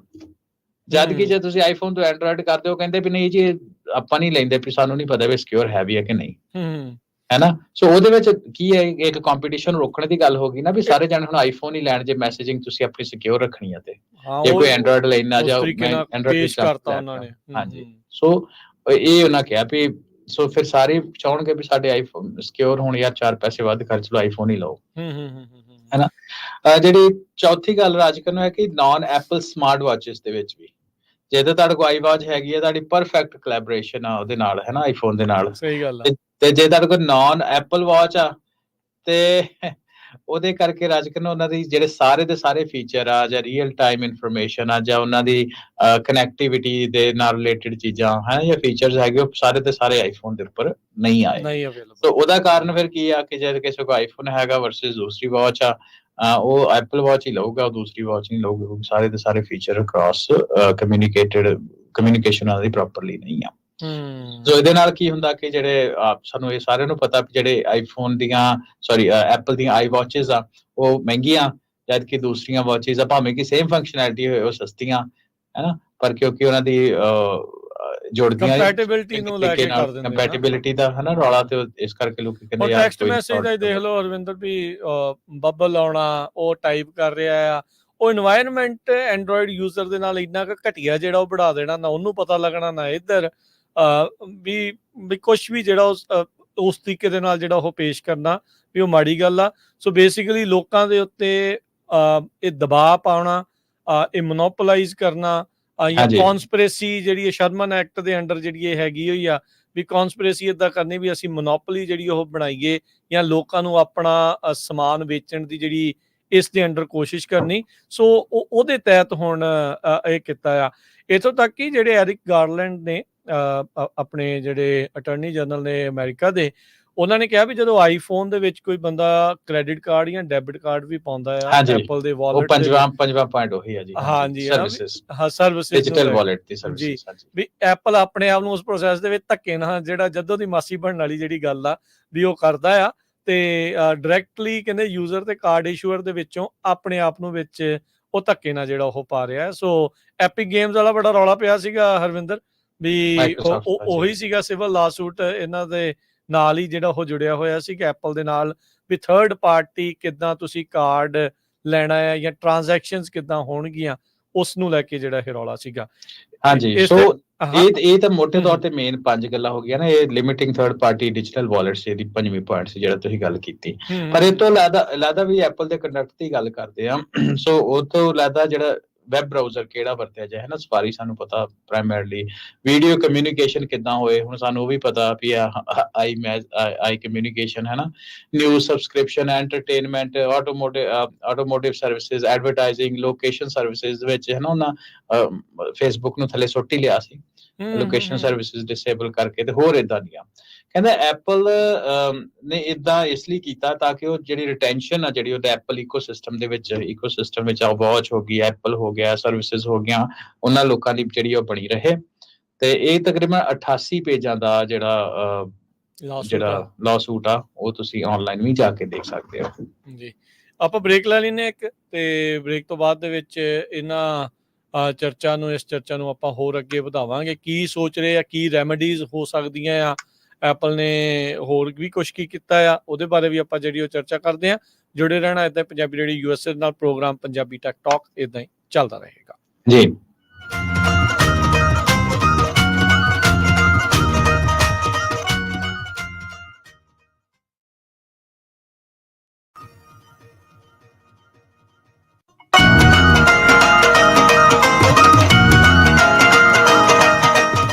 ਬ੍ਰੇਕ ਤੋਂ ਬਾਅਦ ਇੱਕ ਵਾਰੀ ਫੇਰ ਆਪ ਸਭ ਦਾ ਸਵਾਗਤ ਹੈ। ਸੋ ਤੇ ਪ੍ਰੋਗਰਾਮ ਚੱਲ ਰਿਹਾ ਜੀ ਇਸ ਟਾਈਮ ਪੰਜਾਬੀ ਟੈਕ ਟਾਕ। ਮੈਂ ਰਾਜਕਨਵੀਰ ਸਿੰਘ, ਜੁੜੇ ਹੋਏ ਨੇ ਮੇਰੇ ਨਾਲ ਹਰਵਿੰਦਰ ਸਿੰਘ ਕੰਗ। ਹਰਵਿੰਦਰ ਸਿੰਘ ਜੀ, ਆਇਆਂ ਨੂੰ ਇੱਕ ਵਾਰੀ ਫੇਰ ਸਵਾਗਤ ਹੈ। ਸਤਿ ਸ੍ਰੀ ਅਕਾਲ ਜੀ। ਸਤਿ ਸ਼੍ਰੀ ਅਕਾਲ ਰਾਜਕਨਵੀਰ ਸਿੰਘ ਤੇ ਪੰਜਾਬੀ ਰੇਡੀਓ USA ਸੁਣਨ ਵਾਲੇ ਤੇ ਵੇਖਣ ਵਾਲੇ ਸਾਡੇ ਸਾਰੇ ਸਰੋਤੇ ਤੇ ਵੀਅਰਸ ਨੂੰ ਇੱਕ ਵਾਰ ਫਿਰ ਤੋਂ ਨਿੱਘੀ ਜੀ ਆਖਦੇ ਆ ਪ੍ਰੋਗਰਾਮ ਪੰਜਾਬੀ ਟੈਕ ਟਾਕ ਦੇ ਵਿੱਚ। ਅੱਜ ਐਂਟੀ ਟਰਸਟ ਲਾਜ਼ ਦੇ ਬਾਰੇ ਆਪਾਂ ਗੱਲ ਕਰ ਰਹੇ ਹਾਂ, ਕਿਸ ਤਰੀਕੇ ਦੇ ਨਾਲ ਵੱਡੀਆਂ ਕੰਪਨੀਆਂ ਇਸ ਦੇ ਅੰਡਰ ਜਿਹੜੀਆਂ ਹੋ ਆ ਰਹੀਆਂ ਆ। ਇਹਦੇ ਵਿੱਚ ਕੋਈ ਹਰਵਿੰਦਰ ਲੁਕੀ ਛਿਪੀ ਗੱਲ ਤਾਂ ਨਹੀਂ ਹੈਗੀ ਵੀ ਜਿੰਨੀ ਵੱਡੀ ਕੰਪਨੀ ਉਨੀ ਜ਼ਿਆਦਾ ਉਹਦਾ ਏਕਾਧਿਕਾਰ। ਹੁਣ ਗੂਗਲ ਚਾਹੇ ਆਪਣੇ ਸਰਚ ਇੰਜਨਸ ਨੂੰ ਲੈ ਕੇ ਆ, ਮਾਈਕਰੋਸਾਫਟ ਆਪਣੇ ਚਾਹੇ ਆਪਰੇਟਿੰਗ ਸਿਸਟਮ ਨੂੰ ਲੈ ਕੇ ਆ, ਤੇ ਇਸੇ ਤਰੀਕੇ ਦੇ ਨਾਲ ਐਪਲ ਜਿਹੜਾ ਆਪਣਾ ਸੋ ਕਾਲਡ ਐਪਲ এনवायरमेंट ਜਾਂ ਈਕੋਸਿਸਟਮ ਆ ਉਸ ਨੂੰ ਜਿਹੜਾ ਉਹ ਲੈ ਕੇ ਆ। ਸੋ ਐਪਲ ਦੀ ਆਪਾਂ ਗੱਲ ਕਰ ਰਹੇ ਸੀ ਬ੍ਰੇਕ ਤੋਂ ਪਹਿਲਾਂ ਵੀ ਕਿਹੜੀਆਂ ਚੀਜ਼ਾਂ ਉਹਨਾਂ ਨੇ ਕੀਤੀਆਂ ਜਿਸ ਕਰਕੇ ਐਂਟੀ ਟਰਸਟ ਲਾ ਸੂਟ ਦਾ ਜਿਹੜਾ ਇਹਨਾਂ ਨੂੰ ਸਾਹਮਣਾ ਕਰਨਾ ਪਿਆ ਆ। ਤੇ ਹੁਣ ਇਹ ਮੰਗ ਕੀ ਆ ਵੀ ਐਪਲ ਕੀ ਸੁਧਾਰੇ, ਕੀ ਇਹ ਠੀਕ ਕਰੇ, ਕੀ ਰੈਮਡੀਜ਼ ਦੀ ਇਹ ਜਿਹੜੀ ਚਰਚਾ ਵੀ ਨਾਲ ਦੇ ਨਾਲ ਚੱਲ ਰਹੀ ਹੋਊਗੀ, ਵੀ ਇਹਨਾਂ ਤੋਂ ਕੁਝ ਮੰਗ ਹੋਊਗੀ ਭਾਈ ਤੁਸੀਂ ਆਹ ਕੁਝ ਕਰੋ ਤਾਂ ਜੋ ਇਸ ਤੋਂ ਤੁਸੀਂ ਬਚੋ। ਕੀ ਚਾਹੁੰਦੇ ਆ ਇਹਨਾਂ ਤੋਂ? ਹਾਂਜੀ, ਇਹ ਤੋਂ ਪਹਿਲਾਂ ਗੱਲ ਕਰਨ ਤੋਂ ਪਹਿਲਾਂ ਇੱਕ ਚੀਜ਼ ਹੋਰ ਮੈਂ ਰਿਮਾਈਂਡ ਕਰਵਾ ਦਾਂ ਕਿ ਮੈਨੂੰ ਲੱਗਦਾ ਸੀ ਕਿ ਇਹ ਜਿਹੜਾ ਐਂਟੀ ਟਰਸਟ ਲਾਅ ਜਿਹੜਾ ਕੁਛ ਨਾ ਕੁਛ ਆਇਆ ਖੜਾ ਹੈ ਨਾ, ਕਿਉਂਕਿ ਇੱਕ ਨਾ ਜਿਹੜੇ ਇਹਨਾਂ ਦੇ ਐਗਜ਼ੈਕਟਿਵ ਹੁੰਦੇ ਕੰਪਨੀਆਂ ਦੇ ਕੁਛ ਇਦਾਂ ਦੇ ਲੈਵਲ ਦੇ ਉੱਤੇ ਜਦੋਂ ਪਹੁੰਚ ਜਾਂਦੇ ਤੇ ਕੁਛ ਹਰਕਤਾਂ ਤੇ ਗੱਲਾਂ ਵੀ ਇਦਾਂ ਨਹੀਂ ਕਰਦੇ ਆ ਜਿਹੜੀ ਲੋਕਾਂ ਨੂੰ ਮਾਫਕ ਨਹੀਂ ਆਉਂਦੀਆਂ। ਮੈਂ ਐਗਜ਼ਾਮਪਲ ਲੈ ਲੈਣਾ। 2022 ਦੇ ਵਿੱਚ ਕੋਡ ਕਾਨਫਰੰਸ ਦੌਰਾਨ ਇੱਕ ਗੱਲ ਬੜੀ ਮਸ਼ਹੂਰ ਹੋਈ ਸੀ ਕਿ ਇੱਕ ਬੰਦੇ ਨੇ ਨਾ ਉੱਠ ਕੇ ਟਿਮ ਕੁੱਕ ਜਿਹੜਾ CEO ਸੀ ਐਪਲ ਦਾ, ਉਹਨੂੰ ਕਿਹਾ ਕਿ I can't send videos to my mother, certain videos to my mother, ਹੈ ਨਾ। ਵੀ ਉਹਦਾ ਐਂਡਰੋਇਡ ਸੀ, ਉਹਦੀ ਮਦਰ ਦਾ ਤਾਂ ਆਈਫੋਨ ਹੋਊਗਾ ਜਾਂ ਵਾਈਸ ਵਰਸਾ। ਤੇ ਉਹ ਕਹਿੰਦਾ ਮੈਂ ਕੀ ਕਰਾਂ, ਤੇ ਮੈਂ ਵੀਡੀਓ ਸੈਂਡ ਨਹੀਂ ਕਰ ਸਕਦਾ, ਕੁਝ ਲਿਮਿਟ ਹੋਏਗੀ ਜਾਂ। ਤੇ ਟਿਮ ਕੁੱਕ ਅੱਗੋਂ ਨੂੰ ਕਹਿੰਦਾ ਬਾਈ ਯੋਰ ਮਦਰ ਐਨ ਆਈਫੋਨ। ਉਹੀ ਗੱਲ ਸ਼ਰਮਨ ਲਾ ਵਾਲੀ। ਤਾਂ ਫਿਰ ਮੈਨੂੰ ਉਦੋਂ ਹੀ ਲੱਗ ਗਿਆ ਸੀ ਵੀ ਬਸ it's just matter of time, ਹੈ ਨਾ। ਤੇ ਹੁਣ ਆਪਾਂ ਦੇਖ ਹੀ ਰਹੇ ਹਾਂ। ਬਾਕੀ ਐਨੀਵੇਜ਼ ਇਹ ਤਾਂ just part of doing business. American corporate culture ਦੇ ਵਿੱਚ ਲਾਅ ਸੂਟ ਜਿਹੜੇ ਆ ਬਹੁਤ ਕਾਮਨ ਆ, much more common than we all can think। So ਤੁਸੀਂ ਗੱਲ ਕੀਤੀ ਰੈਮਡੀਜ਼ ਕੀ ਸੌਟ ਕੀਤੀਆਂ ਲਾਅ ਸੂਟ ਦੇ ਵਿੱਚ ਡਿਪਾਰਟਮੈਂਟ ਆਫ ਜਸਟਿਸ ਤੇ ਜਿਹੜੇ ਬਾਕੀ ਅਟਾਰਨੀ ਜਨਰਲ ਸਟੇਟ ਦੇ ਅਟਾਰਨੀ ਜਨਰਲ ਉਹਨਾਂ। ਸੋ ਪਹਿਲੀ ਚੀਜ਼ ਤਾਂ ਵੀ ਪ੍ਰੋਹਿਬਿਟਰੀ ਇੰਜੰਕਸ਼ਨਸ। ਠੀਕ ਆ, ਪਹਿਲੀ ਚੀਜ਼ ਤਾਂ ਵੀ ਜਿਹੜਾ ਤੁਸੀਂ ਐਂਟੀ ਕੰਪੀਟੀਟਿਵ ਕੰਮ ਕਰ ਰਹੇ ਹੋ ਇਹਨੂੰ ਰੋਕੋ। ਤੇ ਜਿਹੜੀਆਂ ਐਪ ਦੀ ਡਿਸਟ੍ਰੀਬਿਊਸ਼ਨ ਪਾਲਿਸੀਜ਼ ਆ ਤੇ ਜਿਹੜੀ ਤੁਸੀਂ ਇਹਦੇ ਉੱਤੇ ਹੈ ਨਾ ਉਹਨੂੰ ਲਿਮਿਟ ਕਰਨ ਦੀ, ਕੰਪੀਟੀਸ਼ਨ ਨੂੰ ਘਟਾਉਣ ਦੀ, ਆਪਣੇ ਹੱਕ ਵਿੱਚ ਭੁਗਤਾਉਣ ਦੀ ਜਿਹੜੇ ਵੀ ਤੁਸੀਂ ਕੰਮ ਕਰ ਰਹੇ ਹੋ ਉਹਨੂੰ ਬਿਲਕੁਲ ਬੰਦ ਕੀਤਾ ਜਾਏ। ਤੇ ਇਨੋਵੇਸ਼ਨ ਜਿਹੜਾ ਵਾ ਕੰਪੀਟੀਸ਼ਨ ਤੇ ਇਨੋਵੇਸ਼ਨ ਆ ਉਹ ਆਈਫੋਨ ਇਕੋਸਿਸਟਮ ਦੇ ਵਿੱਚੋਂ ਕੱਢ ਕੇ ਜਾਂ iOS ਇਕੋਸਿਸਟਮ ਦੇ ਵਿੱਚ ਕੱਢ ਕੇ ਉਹਨੂੰ ਵਧਾ ਕੇ ਸਮਾਰਟਫੋਨ ਇਕੋਸਿਸਟਮ ਦੇ ਵਿੱਚ ਰੱਖੋ ਤਾਂ ਕਿ ਬਾਕੀਆਂ ਨੂੰ ਐਡਵਾਂਟੇਜ ਮਿਲੇ। ਇਹ ਪ੍ਰਾਇਮਰੀ ਆ। ਇਹ ਹੈਗੀ ਪ੍ਰੋਹਿਬਿਟਰੀ ਇੰਜੰਕਸ਼ਨ। ਦੂਸਰੀ ਹੈ ਮੈਂਡੇਟਰੀ ਇੰਜੰਕਸ਼ਨ, ਹੈ ਨਾ। ਤੇ ਇਹ ਤੋਂ ਬਾਅਦ ਇਹ ਆ ਕਿ ਜਿਹੜੀਆਂ ਐਪਲ ਆ ਉਹ ਕੁਝ ਸਪੈਸੀਫਿਕ ਐਕਸ਼ਨਸ ਲਏ, ਹੈ ਨਾ, ਖਾਸ ਤੌਰ ਦੇ ਉੱਤੇ ਜਿਹੜੇ ਬੈਰੀਅਰਸ ਉਹਨੇ ਬਣਾਏ ਹੋਏ ਆ ਬਾਕੀ ਸਮਾਰਟਫੋਨਸ ਨੂੰ ਇਹਦੇ ਵਿੱਚ ਨਾ ਆਉਣ ਦੇ, ਜਿਹਦੇ ਬਾਰੇ ਆਪਾਂ ਗੱਲਾਂ ਬਾਤਾਂ ਅੱਗੇ ਕੀਤੀਆਂ, ਹੈ ਨਾ। ਜਿਹੜੇ ਆਪਣੀ ਐਪ ਸਟੋਰ ਦੀ ਪਾਲਿਸੀਜ਼ ਆ ਉਹਨੂੰ ਚੇਂਜ ਕਰੇ ਤੇ ਜਿਹੜੇ ਆਪਣੇ ਪਲੇਟਫਾਰਮ ਆ ਉਹਨੂੰ ਅਲਟਰਨੇਟਿਵ ਐਪ ਸਟੋਰਸ ਦਾ ਇਦਾਂ ਦਾ ਕੁਝ ਇਕੋਸਿਸਟਮ ਡਿਵੈਲਪ ਕੀਤਾ ਜਾਏ। ਅਗਲੀ ਚੀਜ਼ ਹੈ ਮੋਨਿਟਰੀ ਡੈਮੇजेस, ਨੰਬਰ 3।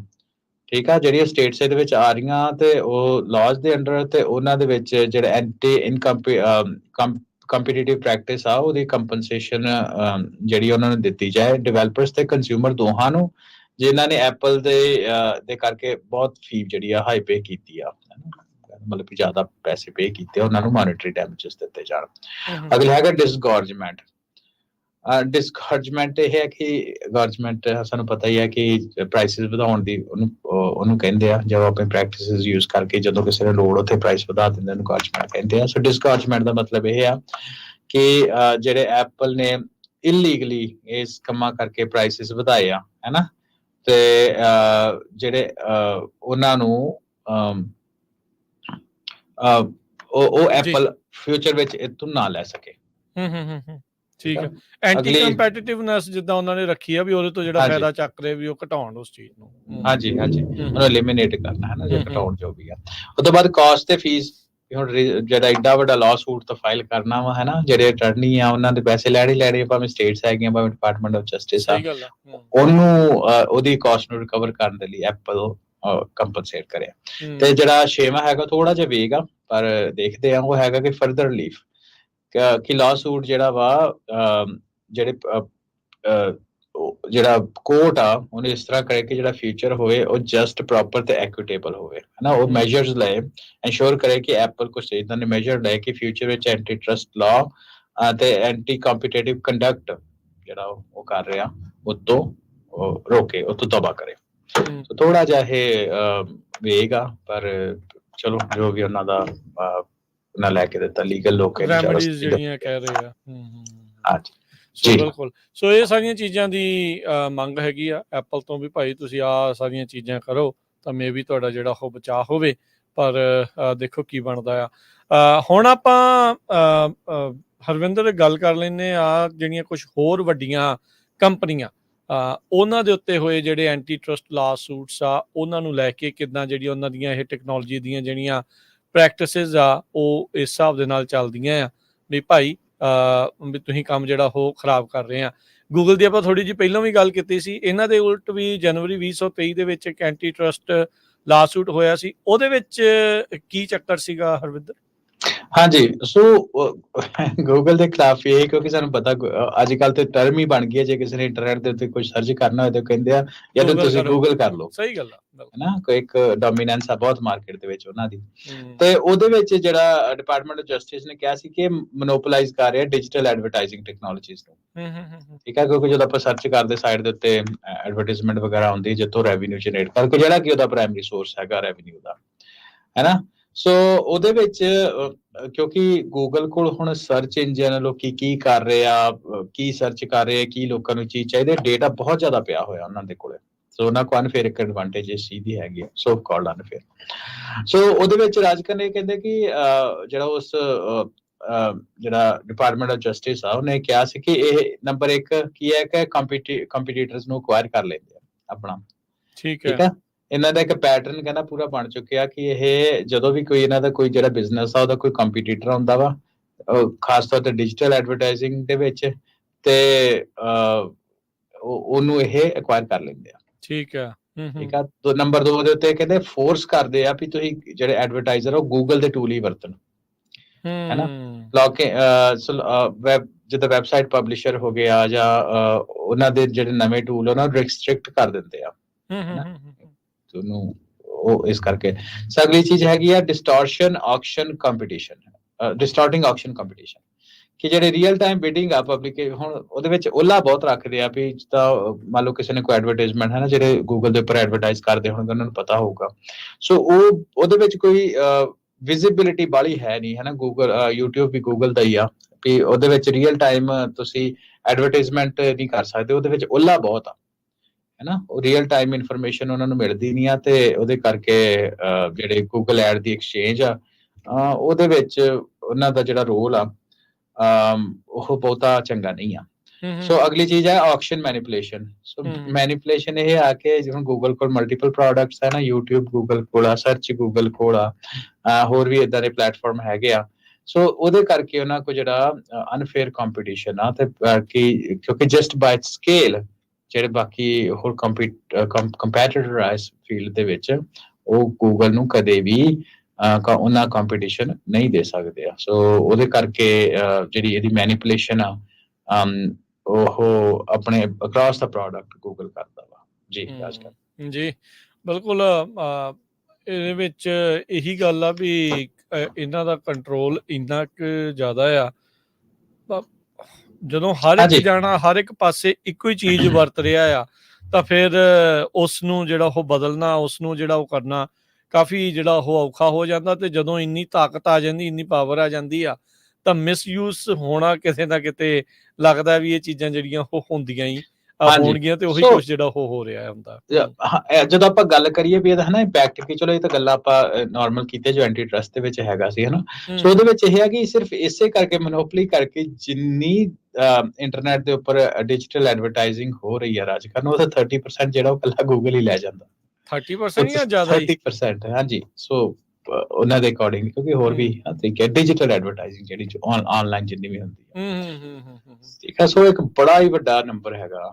ਤੇ ਹੁਣ ਜਿਹੜੇ ਪਬਲਿਸ਼ਰ ਆ, ਐਡਵਰਟਾਈਜ਼ਰ ਆ ਜਾਂ ਰਾਈਫਲ ਆ ਉਹ ਐਡੇ ਸਕੇਲ ਨੂੰ ਕਿਤੇ ਨਾ ਚੱਲ ਥੋੜੀ ਸਕਦੇ ਆ। ਸੋ ਇਹਦੇ ਕਰਕੇ ਸ਼ਰਮਨ ਐਕਟ ਦੇ ਵਿੱਚ ਹੀ ਉਹਨੂੰ ਜਿਹੜਾ ਐਂਟੀ ਕੰਪੀਟੀਟਿਵ ਪ੍ਰੈਕਟਿਸ ਤੇ ਇਕਨੋਮਿਕ ਲਿਬਰਟੀ ਨੂੰ ਮੁੱਖ ਰੱਖ ਕੇ ਡਿਪਾਰਟਮੈਂਟ ਆਫ ਜਸਟਿਸ ਨੇ ਇਹ ਜਿਹੜਾ ਇਹ ਕੇਸ ਕੀਤੇ ਐਂਟੀ ਟਰਸਟ ਲਾਸੂਟਸ ਜਿਹੜੇ ਆ ਜੀ। ਤੇ ਹੁਣ ਮਾਈਕਰੋਸਾਫਟ ਦੀ ਵੀ ਗੱਲ ਕਰ ਲਈਏ, ਮੈਟਾ ਦੀ ਵੀ, ਇਹਨਾਂ ਦੀ ਵੀ ਗੱਲ ਕਰ ਲਈਏ, ਇਹਨਾਂ ਖਿਲਾਫ ਵੀ ਚੱਲੀ ਜਾ ਰਹੇ ਆ। ਸੋ ਮਾਈਕਰੋਸਾਫਟ ਦਾ ਐਂਟੀ ਟਰਸਟ ਲਾਸੂਟ ਕੀ ਸੀਗਾ? ਸੋ ਮਾਈਕਰੋਸਾਫਟ ਦਾ ਜਿਹੜਾ ਐਂਟੀ ਟਰਸਟ ਲਾਅ ਸੀ ਨਾ, ਇਹ 2001 ਦੇ ਵਿੱਚ ਉਹਨਾਂ ਪਹਿਲੀ ਵਾਰ ਮਲਟੀਪਲ ਚੱਲਦੇ ਆ। ਆਪਾਂ ਇੱਕ ਐਗਜ਼ਾਮਪਲ ਲੈਂਦੇ ਕਿਉਂਕਿ ਇਹ ਬਹੁਤ ਜ਼ਿਆਦਾ ਮਸ਼ਹੂਰ ਹੋਇਆ ਸੀ। ਮਸ਼ਹੂਰ ਇਸ ਲਈ ਹੋਇਆ ਸੀ ਕਿਉਂਕਿ ਉਹਦੇ ਬਾਰੇ ਵੀ ਆਪਾਂ ਥੋੜੀ ਜਿਹੀ ਗੱਲ ਕਰਦੇ ਆ। United States of America versus Microsoft corporation ਹੈ ਨਾ, DC ਦੇ ਵਿੱਚ ਇੱਕ ਲੈਂਡਮਾਰਕ ਐਂਟੀ ਟਰਸਟ ਲਾਸੂਟ ਹੋਇਆ ਸੀ ਜਿਹਦੇ ਵਿੱਚ ਉਹਨੂੰ ਇਹ ਕਹਿੰਦੇ ਸੀ ਕਿ ਜਿਹੜੇ ਇਹਨਾਂ ਦਾ ਬਰਾਊਜ਼ਰ ਆ ਹਨਾ ਸਾਫਟਵੇਅਰ, ਕਿਉਂਕਿ ਸਾਨੂੰ ਪਤਾ ਪਹਿਲੇ ਦਿਨਾਂ ਦੇ ਵਿੱਚ ਮਾਈਕਰੋਸਾਫਟ ਨੇ ਦੀ ਹੀ ਮੋਨੋਪੋਲੀ ਸੀ ਆਪਰੇਟਿੰਗ ਸਿਸਟਮ ਦੇ ਉੱਪਰ ਚੜਾਈ ਸੀ। ਸੋ ਉਹ ਕਹਿੰਦੇ ਵੀ ਜਿਹੜੇ ਆਪਣੀ ਡੋਮੀਨੈਂਸ ਆ ਮਾਈਕਰੋਸਾਫਟ ਦੀ, ਕਿਉਂਕਿ ਨਵਾਂ ਇੰਟਰਨੈਟ ਆਉਣਾ ਸ਼ੁਰੂ ਹੋਇਆ ਤੇ ਬਰਾਊਜ਼ਰ ਦੀ ਜਿਹੜੀ ਮੋਨੋਪੋਲੀ ਉਹਨੇ ਮਾਈਕਰੋਸਾਫਟ ਨੇ ਆਪਣੇ ਕੋਲ ਰੱਖੀ। ਬਰਾਊਜ਼ਰ ਉਹ ਹੁੰਦਾ ਜਿਹਦੇ ਉੱਤੇ ਜਾ ਕੇ ਤੁਸੀਂ ਕੋਈ ਵੀ ਵੈਬਸਾਈਟ ਵਿਜ਼ਿਟ ਕਰਦੇ ਹੋ, ਜਿਹਦੇ ਉੱਤੇ ਤੁਸੀਂ ਲਿਖਦੇ ਹੋ www. ਜਾਂ ਜਿੱਥੇ ਵੀ ਤੁਸੀਂ ਇੰਟਰਨੈਟ ਜਾਣਾ ਬਰਾਊਜ਼ਰ ਨੂੰ ਪ੍ਰਾਇਮਰੀਲੀ ਤੁਹਾਨੂੰ ਯੂਜ਼ ਕਰਨਾ ਪੈਂਦਾ ਹੈ ਕੋਈ ਚੀਜ਼ ਵੈਬਸਾਈਟ ਉੱਪਰ ਜਾਂਦੇ ਹੋ ਜਾਂ ਕੋਈ ਚੀਜ਼ ਸਰਚ ਕਰਦੇ ਹੋ। ਸੋ ਉਹਦੇ ਵਿੱਚ ਉਹ ਕਹਿੰਦੇ ਕਿ ਜਿਹੜਾ ਡੋਮੀਨੈਂਸ ਇਹਨੇ ਮਾਈਕਰੋਸਾਫਟ ਨੇ ਰੱਖੀ ਹੋਈ ਆ। ਸੋ ਜਿਹੜਾ ਕਿ ਪਹਿਲਾ ਹੁਣ ਇਹਦੇ ਵਿੱਚ ਇੰਟਰਸਟਿੰਗ ਗੱਲ ਕੀ ਹੈ ਕਿ ਜਦੋਂ ਡਿਸਟ੍ਰਿਕਟ ਕੋਰਟ ਟ੍ਰਾਇਲ ਹੁੰਦਾ ਵਾ ਰਾਜਕਰਨ, ਸੋ ਡਿਸਟ੍ਰਿਕਟ ਕੋਰਟ ਟ੍ਰਾਇਲ ਦੇ ਵਿੱਚ ਜਿਹੜਾ ਉਹਦਾ ਆਪਾਂ ਡਿਟੇਲ 'ਚ ਨਹੀਂ ਜਾਂਦੇ, ਪਰ ਜਦੋਂ ਉਹਦਾ ਆਊਟਪੁੱਟ ਆਉਂਦਾ ਜੱਜਮੈਂਟ ਜਿਹੜੀ ਉਹਦੀ ਆਉਂਦੀ ਆ ਹੈ ਨਾ, ਜਿਹੜੀ ਕਿ ਉਹਦੇ ਵਿੱਚ ਇਹ ਕਹਿੰਦੇ ਕਿ ਮਾਈਕਰੋਸਾਫਟ ਨੇ ਮੋਨੋਪੋਲਾਈਜੇਸ਼ਨ ਦੇ ਵਿੱਚ ਉਹ ਕਹਿ ਦਿੰਦੇ ਕਿ ਮਾਈਕਰੋਸਾਫਟ ਜਿਹੜੇ ਮੋਨੋਪੋਲਾਈਜੇਸ਼ਨ ਇਹਨੇ ਕੀਤੀ ਆ ਤੇ ਇਹਨੂੰ ਕੰਪਨੀ ਨੂੰ ਬ੍ਰੇਕਅਪ ਕਰ ਦੇਣਾ ਚਾਹੀਦਾ ਦੋ ਹਿੱਸਿਆਂ ਦੇ ਵਿੱਚ। ਇੱਕ ਜਿਹੜੀ ਇਹਦੀ ਇੰਟਰਨੈਟ ਤੇ ਡਿਵੀਜ਼ਨ ਆ ਤੇ ਦੂਸਰੀ ਜਿਹੜੀ ਇਹਦੇ ਸਾਫਟਵੇਅਰ ਡਿਵੀਜ਼ਨ ਹੈ ਨਾ। ਤੇ ਉਹਦੇ ਵਿੱਚ ਦੋ ਸੈਪਰੇਟ ਯੂਨਿਟ ਹੈ ਨਾ, ਇੱਕ ਇਹ ਆਪਰੇਟਿੰਗ ਸਿਸਟਮ ਤੇ ਦੂਸਰੀ ਸਾਫਟਵੇਅਰ ਵਾਲੀ। ਤੇ ਪਰ ਉਹਨੇ ਕੀ ਕੀਤਾ ਕਿ ਸਰਕਟ ਕੋਰਟਸ ਆਫ ਅਪੀਲ ਵਿੱਚ ਇਹਦੀ ਰਿਟ ਪਾ ਦਿੱਤੀ ਵੀ ਨਹੀਂ ਅਸੀਂ ਇਹਦੇ ਨਾਲ ਐਗਰੀ ਨਹੀਂ ਕਰਦੇ। ਤੇ ਉਹ ਜਿਹੜਾ ਡਿਸੀਜਨ ਹੈ ਜਿਹੜੀ ਗੱਲ ਆਪਾਂ ਪਹਿਲੇ ਕੀਤੀ ਸੀ ਉਹ ਬਿਲਕੁਲ ਰਿਵਰਸ ਹੋ ਜਾਂਦਾ ਉੱਥੇ ਹੈ ਨਾ। ਸੋ ਕਹਿੰਦਾ ਵੀ ਨਹੀਂ ਠੀਕ ਆ ਜੀ, ਇਹਨੂੰ ਆਪਾਂ ਤੋੜ ਨਹੀਂ ਸਕਦੇ, ਠੀਕ ਆ ਆਪਾਂ ਤੋੜਦੇ ਨਹੀਂ, ਠੀਕ ਆ। ਸੋ ਉਸ ਤੋਂ ਬਾਅਦ ਇਵੈਂਚੁਅਲੀ ਸੋ ਉਹਨਾਂ ਦੀ ਕੁਝ ਸੈਟਲਮੈਂਟ ਹੋ ਜਾਂਦੀ ਆ ਤੇ ਪਰ ਫਿਰ ਵੀ ਜਿਹੜੀ ਇਹ ਜਿਹੜਾ ਰਿਵਰਸਲ ਹੁੰਦਾ ਹੈ ਬੜੀ ਇੰਟਰਸਟਿੰਗ ਗੱਲ ਹੈ। ਰਿਵਰਸਲ ਕਿਸੇ ਟੈਕਨੀਕਲ ਗਰਾਊਂਡ ਦੇ ਉੱਪਰ ਨਹੀਂ ਹੁੰਦਾ। ਇਹ ਜਿਹੜਾ ਰਿਵਰਸਲ ਹੁੰਦਾ ਵਾ ਪਾਲਿਸੀ ਬੇਸਡ ਨਹੀਂ ਹੁੰਦਾ। ਰਿਵਰਸਲ ਜਿਹੜਾ ਹੁੰਦਾ ਇਹ ਹੁੰਦਾ ਕਿ ਜੱਜ ਜਿਹੜਾ ਵਾ ਉਹਨੇ ਪਬਲਿਕ ਦੇ ਵਿੱਚ ਆ ਕੇ ਜੀ ਗੱਲਾਂ ਬਾਤਾਂ ਟ੍ਰਾਇਲ ਦੀਆਂ ਪਹਿਲਾਂ ਹੀ ਕਰ ਦਿੱਤੀਆਂ ਰਿਜ਼ਲਟ ਆਉਣ ਦੇ ਤੋਂ। ਸੋ ਹੂੰ ਉਹਨੂੰ ਉਸ ਚੀਜ਼ ਨੂੰ ਆਧਾਰ ਬਣਾ ਕੇ ਉੱਤੇ ਉਹਨੂੰ ਰਿਟਰਨ ਕੀਤਾ ਗਿਆ। ਸੋ ਕਾਫੀ ਕੁਛ ਜਿਹੜਾ ਇਹਦੇ ਵਿੱਚ ਚੱਲਦਾ ਵਾ, ਹਨਾ। ਜੇ ਅਸੀਂ ਕਾਰਪੋਰੇਟ ਇਨਫਰਾਸਟਰਕਚਰ ਦੇ ਵਿੱਚ ਰਹਿੰਦੇ ਹਾਂ ਤੇ ਕਾਰਪੋਰੇਸ਼ਨਸ ਆਫ ਕੋਰਸ, ਕੋਈ ਮੰਨੇ ਜਾਂ ਨਾ ਮੰਨੇ, ਮੇਰਾ ਓਪੀਨੀਅਨ ਆ ਕਿ ਉਹਨਾਂ ਕੋਲ ਜਿਹੜੀ ਪਾਵਰ ਆ ਉਹ ਬਹੁਤ ਜ਼ਿਆਦਾ ਅਨਕੰਟਰੋਲਡ ਪਾਵਰ ਵੀ ਕਈ ਵਾਰੀ ਕਹਿ ਦਿੰਦੇ ਆ। ਹੁਣ ਤਾਂ ਇਲੈਕਸ਼ਨ ਦੇ ਵਿੱਚ ਵੀ ਆਪਾਂ ਦੇਖਦੇ ਆ ਵੀ ਇਹਨੂੰ ਲੈ ਕੇ ਵੀ ਜਿਹੜੀ ਧਿਰਾਂ ਆ ਉਹ ਕਹਿੰਦੀਆਂ ਵੀ ਕਿਤੇ ਖਾਸ ਜਿਹੜੇ ਪਲੇਟਫਾਰਮਸ ਆ ਉਹਨਾਂ ਦੇ ਉੱਤੇ ਇੱਕ ਖਾਸ ਹੀ ਕਹਿ ਲਓ ਵੀ ਤਬਕੇ ਨੂੰ ਜ਼ਿਆਦਾ ਮੌਕਾ ਜਿਹੜਾ ਉਹ ਮਿਲਦਾ ਆ। ਐਂਟੀ ਟਰਸਟ ਦੀ ਗੱਲ ਕਰੀਏ, ਮੈਨੂੰ ਲੱਗਦਾ ਐਪਲ ਹੀ ਬਚਿਆ ਸੀਗਾ ਪਹਿਲਾਂ, ਉਹਦੇ ਉੱਤੇ ਵੀ ਸਰਕਾਰ ਨੇ ਹੁਣ ਲਾਸੂਟ ਕਰ ਦਿੱਤਾ ਆ। ਗੂਗਲ ਦੇ ਉਲਟ ਵੀ ਐਮਾਜ਼ੋਨ ਦੇ ਉੱਤੇ, ਫੇਸਬੁੱਕ, ਮੈਟਾ, ਹੁਣ ਐਪਲ, ਇਹ ਸਾਰੀਆਂ ਅਮਰੀਕਾ ਦੀਆਂ ਜਿਹੜੀਆਂ ਵੱਡੀਆਂ ਟੈਕ ਕੰਪਨੀਜ਼ ਆ, ਇਹਨਾਂ ਨੂੰ ਹੁਣ ਐਂਟੀ ਟਰਸਟ ਲਾਸੂਟਸ ਦਾ ਜਿਹੜਾ ਉਹ ਸਾਹਮਣਾ ਕਰਨਾ ਜਿਹੜਾ ਉਹ ਪੈ ਰਿਹਾ। ਕਿਤੇ ਕੋਈ ਸੂਬੇ ਵਾਲੇ ਵੱਖਰੇ ਤੌਰ ਤੇ ਕਰ ਰਹੇ ਆ, ਕਿਤੇ ਜਿਹੜੀ ਫੈਡਰਲ ਸਰਕਾਰ ਆ ਉਹ ਕਰ ਰਹੀ ਆ। ਜੇ ਆਪਾਂ ਇਹਦੀ ਤੁਲਨਾ ਹੁਣ ਭਾਰਤ ਵਿੱਚ ਵੀ ਕਰੀਏ, ਇੱਥੇ ਵੀ ਜਿਹੜੇ ਐਂਟੀ ਟਰਸਟ ਲਾਜ਼ ਹੁੰਦੇ ਆ, ਉੱਥੇ ਕੀ ਕੰਡੀਸ਼ਨ ਆ? ਉੱਥੇ ਵੀ ਕੋਈ ਇਦਾਂ ਦੀ ਚੀਜ਼ ਹੁੰਦੀ ਆ? ਟੈਕਨੀਕਲੀ ਤਾਂ ਅੱਜ ਕੱਲ੍ਹ ਬਿਲਕੁਲ ਹੁੰਦੇ ਹੀ ਆ, ਜੇ ਦੇਖਿਆ ਜਾਏ, ਹਨਾ। ਤੇ ਐਂਟੀ ਟਰਸਟ ਲਾਅ ਜਿਹੜੇ ਆ ਐਗਜ਼ਿਸਟ ਕਰਦੇ ਆ ਇੰਡੀਆ ਦੇ ਵਿੱਚ ਵੀ, ਹਨਾ। ਸੋ ਪਰ ਸਾਨੂੰ ਇਹ ਰਾਜ ਨਹੀਂ ਪਤਾ ਕਿ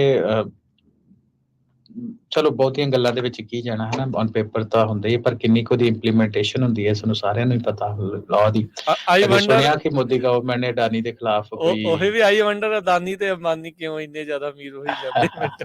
ਹਾਂਜੀ, ਸੋ ਤੁਸੀਂ ਕਦੇ ਸੁਣਿਆ ਕਿ ਸਰਕਾਰ ਨੇ ਅੰਬਾਨੀ ਦੇ ਖਿਲਾਫ ਜਾਂ ਅਡਾਨੀ ਦੇ ਖਿਲਾਫ ਜਾਂ ਉਹਦੀ ਕੰਪਨੀਜ਼ ਦੇ ਖਿਲਾਫ ਕੋਈ ਲਾਸੂਟ ਫਾਈਲ ਕੀਤਾ ਹੋਇਆ? ਨਹੀਂ। ਆ ਦੇਖੋ, ਹੁਣ ਜਿਨ੍ਹਾਂ ਦੇ ਖਿਲਾਫ ਸੁਣੇ ਸੀ ਉਹਨਾਂ ਦੇ ਇਲੈਕਟਰਲ ਬੌਂਡਸ ਵੀ ਭਾਜਪਾ ਨੂੰ ਜਾਂਦੇ ਨਜ਼ਰ ਆਏ। ਸੋ ਕਹਿਣ ਦਾ ਮਤਲਬ ਇਹ ਆ ਕਿ ਮੁੱਖ ਦੀ ਗੱਲ ਮੇ ਬੀ ਲੋ ਲੈਵਲ ਦੇ ਉੱਤੇ ਦੀ ਇੰਪਲੀਮੈਂਟੇਸ਼ਨ ਹੋਏ, ਪਰ ਉੱਥੇ ਪੋਲੀਟੀਕਲ ਸਟਰਕਚਰ ਹੀ ਕੁਛ ਏਦਾਂ ਦਾ ਕਿ ਪੀਪਲ ਗੈਟ ਅਵੇ ਵਿਦ ਇਟ, ਹਨਾ। ਸੋ ਪਰ ਦੂਸਰੀ ਗੱਲ ਇਹ ਹੈ ਕਿ ਐਂਟੀ ਕੰਪੀਟੀਸ਼ਨ ਜਿਹੜਾ ਹੈਗਾ ਵਾ ਉਹਦੇ ਉੱਤੇ ਥੋੜਾ ਜ਼ੋਰ ਤਾਂ ਹੁਣ ਜ਼ਰੂਰ ਲਾਇਆ ਹੋਇਆ, ਪਰ ਐਂਟੀ ਕੰਪੀਟੀਸ਼ਨ ਦੇ ਵਿੱਚ ਫਿਰ ਵੀ ਜਿਹੜੀ ਤਾਂ ਇਨੋਵੇਟਿਵ ਨਵੀਆਂ ਟੈਕਨੋਲੋਜੀ, ਸਟਾਰਟਅਪ ਇਨਫਰਾਸਟਰਕਚਰ ਹੈ ਨਾ, ਐਗਜ਼ਿਸਟ ਹੋ ਰਿਹਾ ਇੰਡੀਆ ਦੇ ਵਿੱਚ ਸਭ ਕੁਛ, ਪਰ ਕੈਨਿਬਲਾਈਜੇਸ਼ਨ ਜਿਹੜੀ ਉੱਥੇ ਬਹੁਤ ਜ਼ਿਆਦਾ, ਬਿਜ਼ਨਸ ਜਿਹੜੇ ਛੋਟੇ ਬਿਜ਼ਨਸ ਨੂੰ ਲੈਣ ਅਨਫੇਅਰ ਐਡਵਾਂਟੇਜ ਲੈ ਕੇ, ਤੇ ਸੁਣਵਾਈ ਸ਼ਾਇਦ ਉਨੀ ਨਹੀਂ ਹੈਗੀ, ਕਿਸੇ ਦੀ ਹੋ ਜਾਂਦੀ ਪਰ ਬਹੁਤਿਆਂ ਦੀ ਨਹੀਂ ਹੁੰਦੀ, ਕਿਉਂਕਿ ਇੱਕ ਬੜਾ ਡਿਫਿਕਲਟ ਪ੍ਰੋਸੈਸ ਹੁੰਦਾ ਵਾ। ਜੇ ਤੁਸੀਂ ਗਵਰਨਮੈਂਟ ਨਾ ਇਨਵੋਲਵ ਹੋਏ, ਗਵਰਨਮੈਂਟ ਫੇਅਰ ਨਾ ਹੋਏ, ਤੇ ਜਿੱਦਾਂ ਆਪਾਂ ਪਹਿਲਾਂ ਗੱਲ ਕੀਤੀ ਕਿ ਏਡੀਆਂ ਵੱਡੀਆਂ ਕਾਰਪੋਰੇਸ਼ਨਸ, ਹੁਣ ਜਿੱਦਾਂ ਐਪਲ ਦੀ ਆਪਾਂ ਐਗਜ਼ਾਮਪਲ ਲੈ ਲੈਂਦੇ, ਵੀ ਐਪਲ ਕੋਲ ਇੰਨੀ ਪਾਵਰ ਆ 100 ਛੋਟੀਆਂ ਕੰਟਰੀਜ਼ ਦੀ GDP ਦੇ ਬਰਾਬਰ ਕੱਲੀ ਐਪਲ ਦੀ ਹੈ। ਸੋ ਇਹਨੂੰ ਛੋਟੇ ਬਿਜ਼ਨਸ ਜਾਂ ਸਟਾਰਟਅਪ ਜਾਂ ਮਮ ਐਂਡ ਪੌਪ ਸ਼ਾਪ ਨੇ ਇਹਨਾਂ ਨੂੰ ਕਿੱਥੋਂ ਕਾਊਂਟਰ ਕਰ ਲੈਣਾ? ਕੋਈ ਚਾਂਸ ਨਹੀਂ, ਹੈ ਨਾ। ਸੋ ਇੰਡੀਆ ਦੇ ਵਿੱਚ ਜਿਹੜੀ ਇੰਪਲੀਮੈਂਟੇਸ਼ਨ ਇਸ ਚੀਜ਼ ਦੀ ਬਹੁਤੀ ਹੈ ਨਹੀਂ, ਹੈ ਨਾ। ਪੇਪਰ ਦੇ ਵਿੱਚ ਲਾਜ਼ ਐਗਜ਼ਿਸਟ ਕਰਦੇ ਆ, ਪਰ ਉੱਥੇ ਤਾਂ ਦੋਹਰੀ ਮਾਰ ਹੀ ਕਹਿ ਸਕਦੇ ਆ। ਇੱਕ ਤਾਂ ਉਹ ਵੱਡੀਆਂ ਕੰਪਨੀਆਂ ਦੇ ਨਾਲ ਇਹ ਸੇਮ ਥਿੰਗ, ਤੇ ਦੂਜੇ ਪਾਸੇ ਜਦੋਂ ਸਰਕਾਰੀ ਸ਼ਹਿ ਪ੍ਰਾਪਤ ਹੋਵੇ ਉਹਨਾਂ ਵੱਡੀਆਂ ਕੰਪਨੀਆਂ ਨੂੰ, ਫਿਰ ਤਾਂ ਭੁੱਲ ਹੀ ਜਾਓ ਵੀ ਉਹਨਾਂ ਦਾ ਕੋਈ ਵਾਲ ਵੀ ਵਿੰਗਾ ਕਰ ਸਕਦਾ ਹੋਵੇ। ਹਾਂਜੀ, ਪਰ ਨਾਲ ਦੀ ਨਾਲ ਰਾਜ ਕਰਨਾ ਇਹ ਹੈ ਕਿ ਜਦੋਂ ਬਾਹਰੋਂ ਇੱਧਰੋਂ ਕੰਪਨੀਜ਼ ਉੱਧਰ ਜਾਂਦੀਆਂ ਵਾ, ਹਨਾ, ਸੋ ਉਹਨਾਂ ਕੋਲ ਜ਼ਰੂਰ ਥੋੜੀ ਜਿਹੀ ਐਜ ਰਹਿੰਦੀ ਹੈ ਕਿ ਜੇ ਕੰਪਨੀ ਕਾਰਪੋਰੇਸ਼ਨ ਜਿਹੜੀ ਆ ਮੰਨ ਲਓ ਅਮਰੀਕਾ ਦੀ ਆ ਜਾਂ ਕੈਨੇਡਾ ਦੀ ਆ, ਤੇ ਇੰਡੀਆ ਦੇ ਵਿੱਚ ਬਿਜ਼ਨਸ ਕਰ ਰਹੀ ਆ, ਸੋ ਉਹ ਇਹ ਆ ਵੀ ਚੱਲ ਬਹੁਤਾ ਰੌਲਾ ਨਾ ਪਏ, ਉਹਨਾਂ ਕੋਲ ਡੈਫੀਨੇਟਲੀ ਕੁਛ ਨਾ ਕੁਛ ਐਜ ਹੁੰਦੀ ਆ। ਪਰ ਜੇ ਕੋਈ ਲੋਕਲ ਕੰਪਨੀ ਆ, ਉਹਨੇ ਅਡਾਨੀ ਦੇ ਖਿਲਾਫ ਉੱਥੇ ਕੋਈ ਲੜਨਾ ਵਾ, ਤੇ ਲੱਗਦਾ ਨਹੀਂ ਤੁਹਾਨੂੰ ਕੋਈ ਸਰਕਾਰੀ ਕੋਈ ਬਹੁਤੀ ਹੈਲਪ ਮਿਲੇਗੀ, ਜਾਂ ਕਦੇ ਵੀ ਆਪਾਂ ਏਦਾਂ ਨਹੀਂ, ਐਟਲੀਸਟ ਮੈਂ ਨਹੀਂ ਸੁਣਿਆ ਜਿਹਦੇ ਵਿੱਚ ਗਵਰਨਮੈਂਟਸ ਜਿਹੜੀਆਂ ਖਾਸ ਤੌਰ ਦੇ ਉੱਤੇ ਮੋਦੀ ਗਵਰਨਮੈਂਟ ਤੋਂ ਬਾਅਦ, ਕਿਉਂਕਿ ਜ਼ਿਆਦਾ ਹੋਸ਼ ਉਸ ਮੌਕੇ 'ਚ ਹੀ ਸਾਂਭੀ ਆ, ਉਸ ਟਾਈਮ ਦੇ ਉੱਤੇ ਆਪਾਂ ਕਿਸੇ ਨੂੰ ਵੀ, ਜਿੱਦਾਂ ਡਿਪਾਰਟਮੈਂਟ ਜਸਟਿਸ ਤੇ ਐਪਲ ਦੇ ਖਿਲਾਫ ਗੱਲ ਕੀਤੀ, ਜਾਂ ਨੈਟਫਲਿਕਸ, ਸੌਰੀ ਮਾਫ ਕਰਨਾ, ਮੈਟਾ ਦੇ ਖਿਲਾਫ ਜਾਂ ਐਮਾਜ਼ੋਨ ਦੇ ਖਿਲਾਫ ਜਾਂ ਹੋਰ ਕੰਪਨੀਆਂ ਦੇ ਖਿਲਾਫ, ਜਿੱਦਾਂ ਇਕੱਠੇ ਹੋ ਕੇ ਲਾਸੂਟ ਫਾਈਲ ਕਰਦੇ ਆ ਐਂਟੀ ਟਰਸਟ ਪਾਲਿਸੀਜ਼ ਦੇ ਅੰਡਰ, ਇੰਡੀਆ ਦੇ ਵਿੱਚ ਮੈਂ ਕਦੇ ਸੁਣਿਆ ਨਹੀਂ। ਜੀ, ਭਵਿੱਖ ਕੀ ਨਜ਼ਰ ਆਉਂਦਾ ਆ ਹਰਵਿੰਦਰ? ਚਾਹੇ ਆਪਾਂ ਉੱਥੇ ਦੀ ਗੱਲ ਕਰਦੇ, ਇੱਥੇ ਦੀ ਗੱਲ ਕਰਦੇ ਆ, ਜੀ, ਕੀ ਲੱਗਦਾ ਇਹਨਾਂ ਨੂੰ ਕਦੀ ਕਿਤੇ ਲਗਾਮ ਜਿਹੜੀ ਉਹ ਪੈ ਸਕਦੀ ਆ, ਕਿ ਇਹ ਵੀ ਉਦਾਂ ਹੀ ਅਮਰੀਕਾ ਦੇ ਵਿੱਚ ਇਤਿਹਾਸ ਦੇ ਵਿੱਚ ਜਦੋਂ ਰਿਸੈਸ਼ਨ ਆਉਣ ਵਾਲੀ ਗੱਲ ਆਉਂਦੀ ਆ, some companies are too big to fail, ਕਿ ਇਹ ਇਹਨਾਂ ਦੇ ਇਹ ਹਾਲਾਤ ਬਣ ਚੁੱਕੇ ਆ, ਇਹ ਇਹਨਾਂ ਨੂੰ ਮਾੜੀ ਮਾੜੀ ਲਗਾਮ ਜੀ ਕਿਤੇ ਕਿਤੇ ਖਿੱਚਦੇ ਆ ਇਦਾਂ ਦੇ ਕਰਕੇ, ਪਰ ਇਹ ਟੂ ਬਿਗ ਟੂ ਫੇਲ ਆ, ਵੀ ਪੰਗਾ ਵੀ ਨਹੀਂ ਲੈਣਾ ਚਾਹੁੰਦੇ ਵੀ ਕੰਪਨੀ ਡੈਡੀ ਵੀ ਹੋ ਜਾਏ। ਕਹਿ ਸਕਦੇ ਹਾਂ ਕੰਪਲਿਕੇਟਡ ਆ, ਕੇਸ ਟੂ ਕੇਸ ਬੇਸਿਸ, ਪਰ ਇੱਕ ਚੀਜ਼ ਜ਼ਰੂਰ ਆ ਕਿ ਇਦਾਂ ਦੇ ਜਿਹੜੇ ਲਾਅ ਸੂਟ ਆ, ਇਹ ਕੰਪਨੀਜ਼ ਨੂੰ ਜਿਹੜੇ ਐਂਟੀ ਟਰਸਟ ਪਾਲਿਸੀਜ਼ ਦਾ ਦੀ ਪਾਲਣਾ ਕਰਨ ਦੇ ਵਿੱਚ ਸਹਾਈ ਹੁੰਦੇ ਸੋ ਕਿਉਂਕਿ ਕਾਰਪੋਰੇਟ ਇਨਫਰਾਸਟ੍ਰਕਚਰ ਦੇ ਵਿੱਚ ਮੈਂ ਵੀ ਕੰਮ ਕਰਦਾ ਹੈ ਨਾ, ਤੁਸੀਂ ਵੀ ਕਰਦੇ ਰਹੇ ਹੋ ਵੱਡੀ ਇਹਨਾਂ ਜਿਹੜੇ ਆਪਾਂ ਕੰਪਨੀਆਂ ਦਾ ਨਾਂ ਲਿਆ ਇਹਨਾਂ ਜੀ। ਵਿੱਚ ਹੀ। ਤੇ ਤੁਸੀਂ ਇਹ ਦੇਖਿਆ ਕਿ ਕਰਪਸ਼ਨ ਹੋ ਗਏ, ਉਹਨਾਂ ਨੇ EMPLOYEES ਦੀ ਹਰ ਸਾਲ ਟ੍ਰੇਨਿੰਗ ਹੁੰਦੀ ਹੈ ਵੀ ਤੁਸੀਂ ਕਰਪਸ਼ਨ ਦੇ ਨਹੀਂ ਜਾਣਾ, ਐਂਟੀ ਜਿਹੜੀ ਕੰਪੀਟੀਸ਼ਨ ਸਟਿਫਲ ਕਰਨ ਵਾਲੀ, ਪ੍ਰਾਈਸ ਗੌਜਿੰਗ, ਇਹ ਸਾਰੀਆਂ ਚੀਜ਼ਾਂ ਦੀ ਤੁਸੀਂ ਪ੍ਰੋਪਰ ਬਕਾਇਦਾ ਇੱਕ ਟ੍ਰੇਨਿੰਗ ਹੁੰਦੀ ਆ। ਉਹਦਾ ਕਾਰਨ ਇਹੀ ਹੁੰਦਾ ਕਿ ਲਾਅ ਸੂਟ ਦਾ ਜਿਹੜਾ ਕੁੰਡਾ ਵਾ ਜਾਂ ਡਰ ਆ, ਇਹਦੇ ਪੱਖੋਂ ਹੀ। ਸੋ ਇੱਕ ਬੜਾ ਵਧੀਆ ਤਰੀਕਾ ਮੈਨੂੰ ਤੇ ਇਹ ਲੱਗਦਾ ਕਿ ਇੱਕ ਇਸ ਚੀਜ਼ ਨੂੰ ਐਨਾਲਾਈਜ਼ ਕਰਕੇ ਸੁਓ ਮੋਟੋ ਜਿਹੜਾ ਡਿਪਾਰਟਮੈਂਟ ਆਫ ਜਸਟਿਸ ਨੇ ਲਿਆ, ਏਦਾਂ ਦਾ ਕਿਸੇ ਹੈਲਦੀ ਡੈਮੋਕ੍ਰੇਸੀ ਦੇ ਵਿੱਚ ਖਾਸ ਤੌਰ ਤੇ ਹਨਾ, ਜਿੱਦਾਂ ਆਪਾਂ ਦੇਖਦੇ ਹਾਂ ਵੀ ਲੋਕਾਂ ਦੇ ਭਲੇ ਵਾਸਤੇ ਜਿਹੜੇ ਕੰਮ ਕਰਨੇ ਆ, ਇਹ ਦੇ ਨਾਲ ਨਾਟ ਓਨਲੀ ਜਿਹੜੀ ਲੋਕਾਂ ਦਾ ਬੈਨੀਫਿਟ ਆ ਤੇ ਗਵਰਨਮੈਂਟ ਦਾ, ਸਟੇਟ ਦਾ ਬੈਨੀਫਿਟ ਆ, ਬਟ ਕੰਪਨੀਜ਼ ਦਾ ਵੀ ਮੈਂ ਇਹਦੇ ਵਿੱਚ ਬੈਨੀਫਿਟ ਦੇਖਦਾ।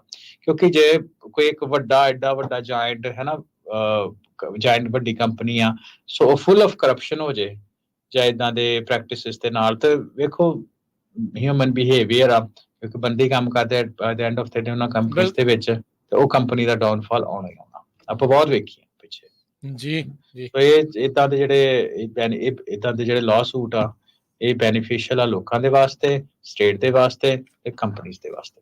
ਜੀ ਜੀ ਬਿਲਕੁਲ, ਸਾਰੇ ਜਾਣੇ ਹਿਸਾਬ ਦੇ ਨਾਲ ਚੱਲਦੇ ਰਹਿਣ, ਇੱਕੋ ਜਾਣਾ ਕੋਈ ਐਡਾ ਵੱਡਾ ਦੈਂਤ ਜਿਹੜਾ ਉਹ ਨਾ ਬਣੇ, ਇੰਨਾ ਕੰਟਰੋਲ ਕਿਸੇ ਦੇ ਕੋਲ ਨਾ ਆਵੇ, ਇਟਸ ਨੈਵਰ ਗੁੱਡ।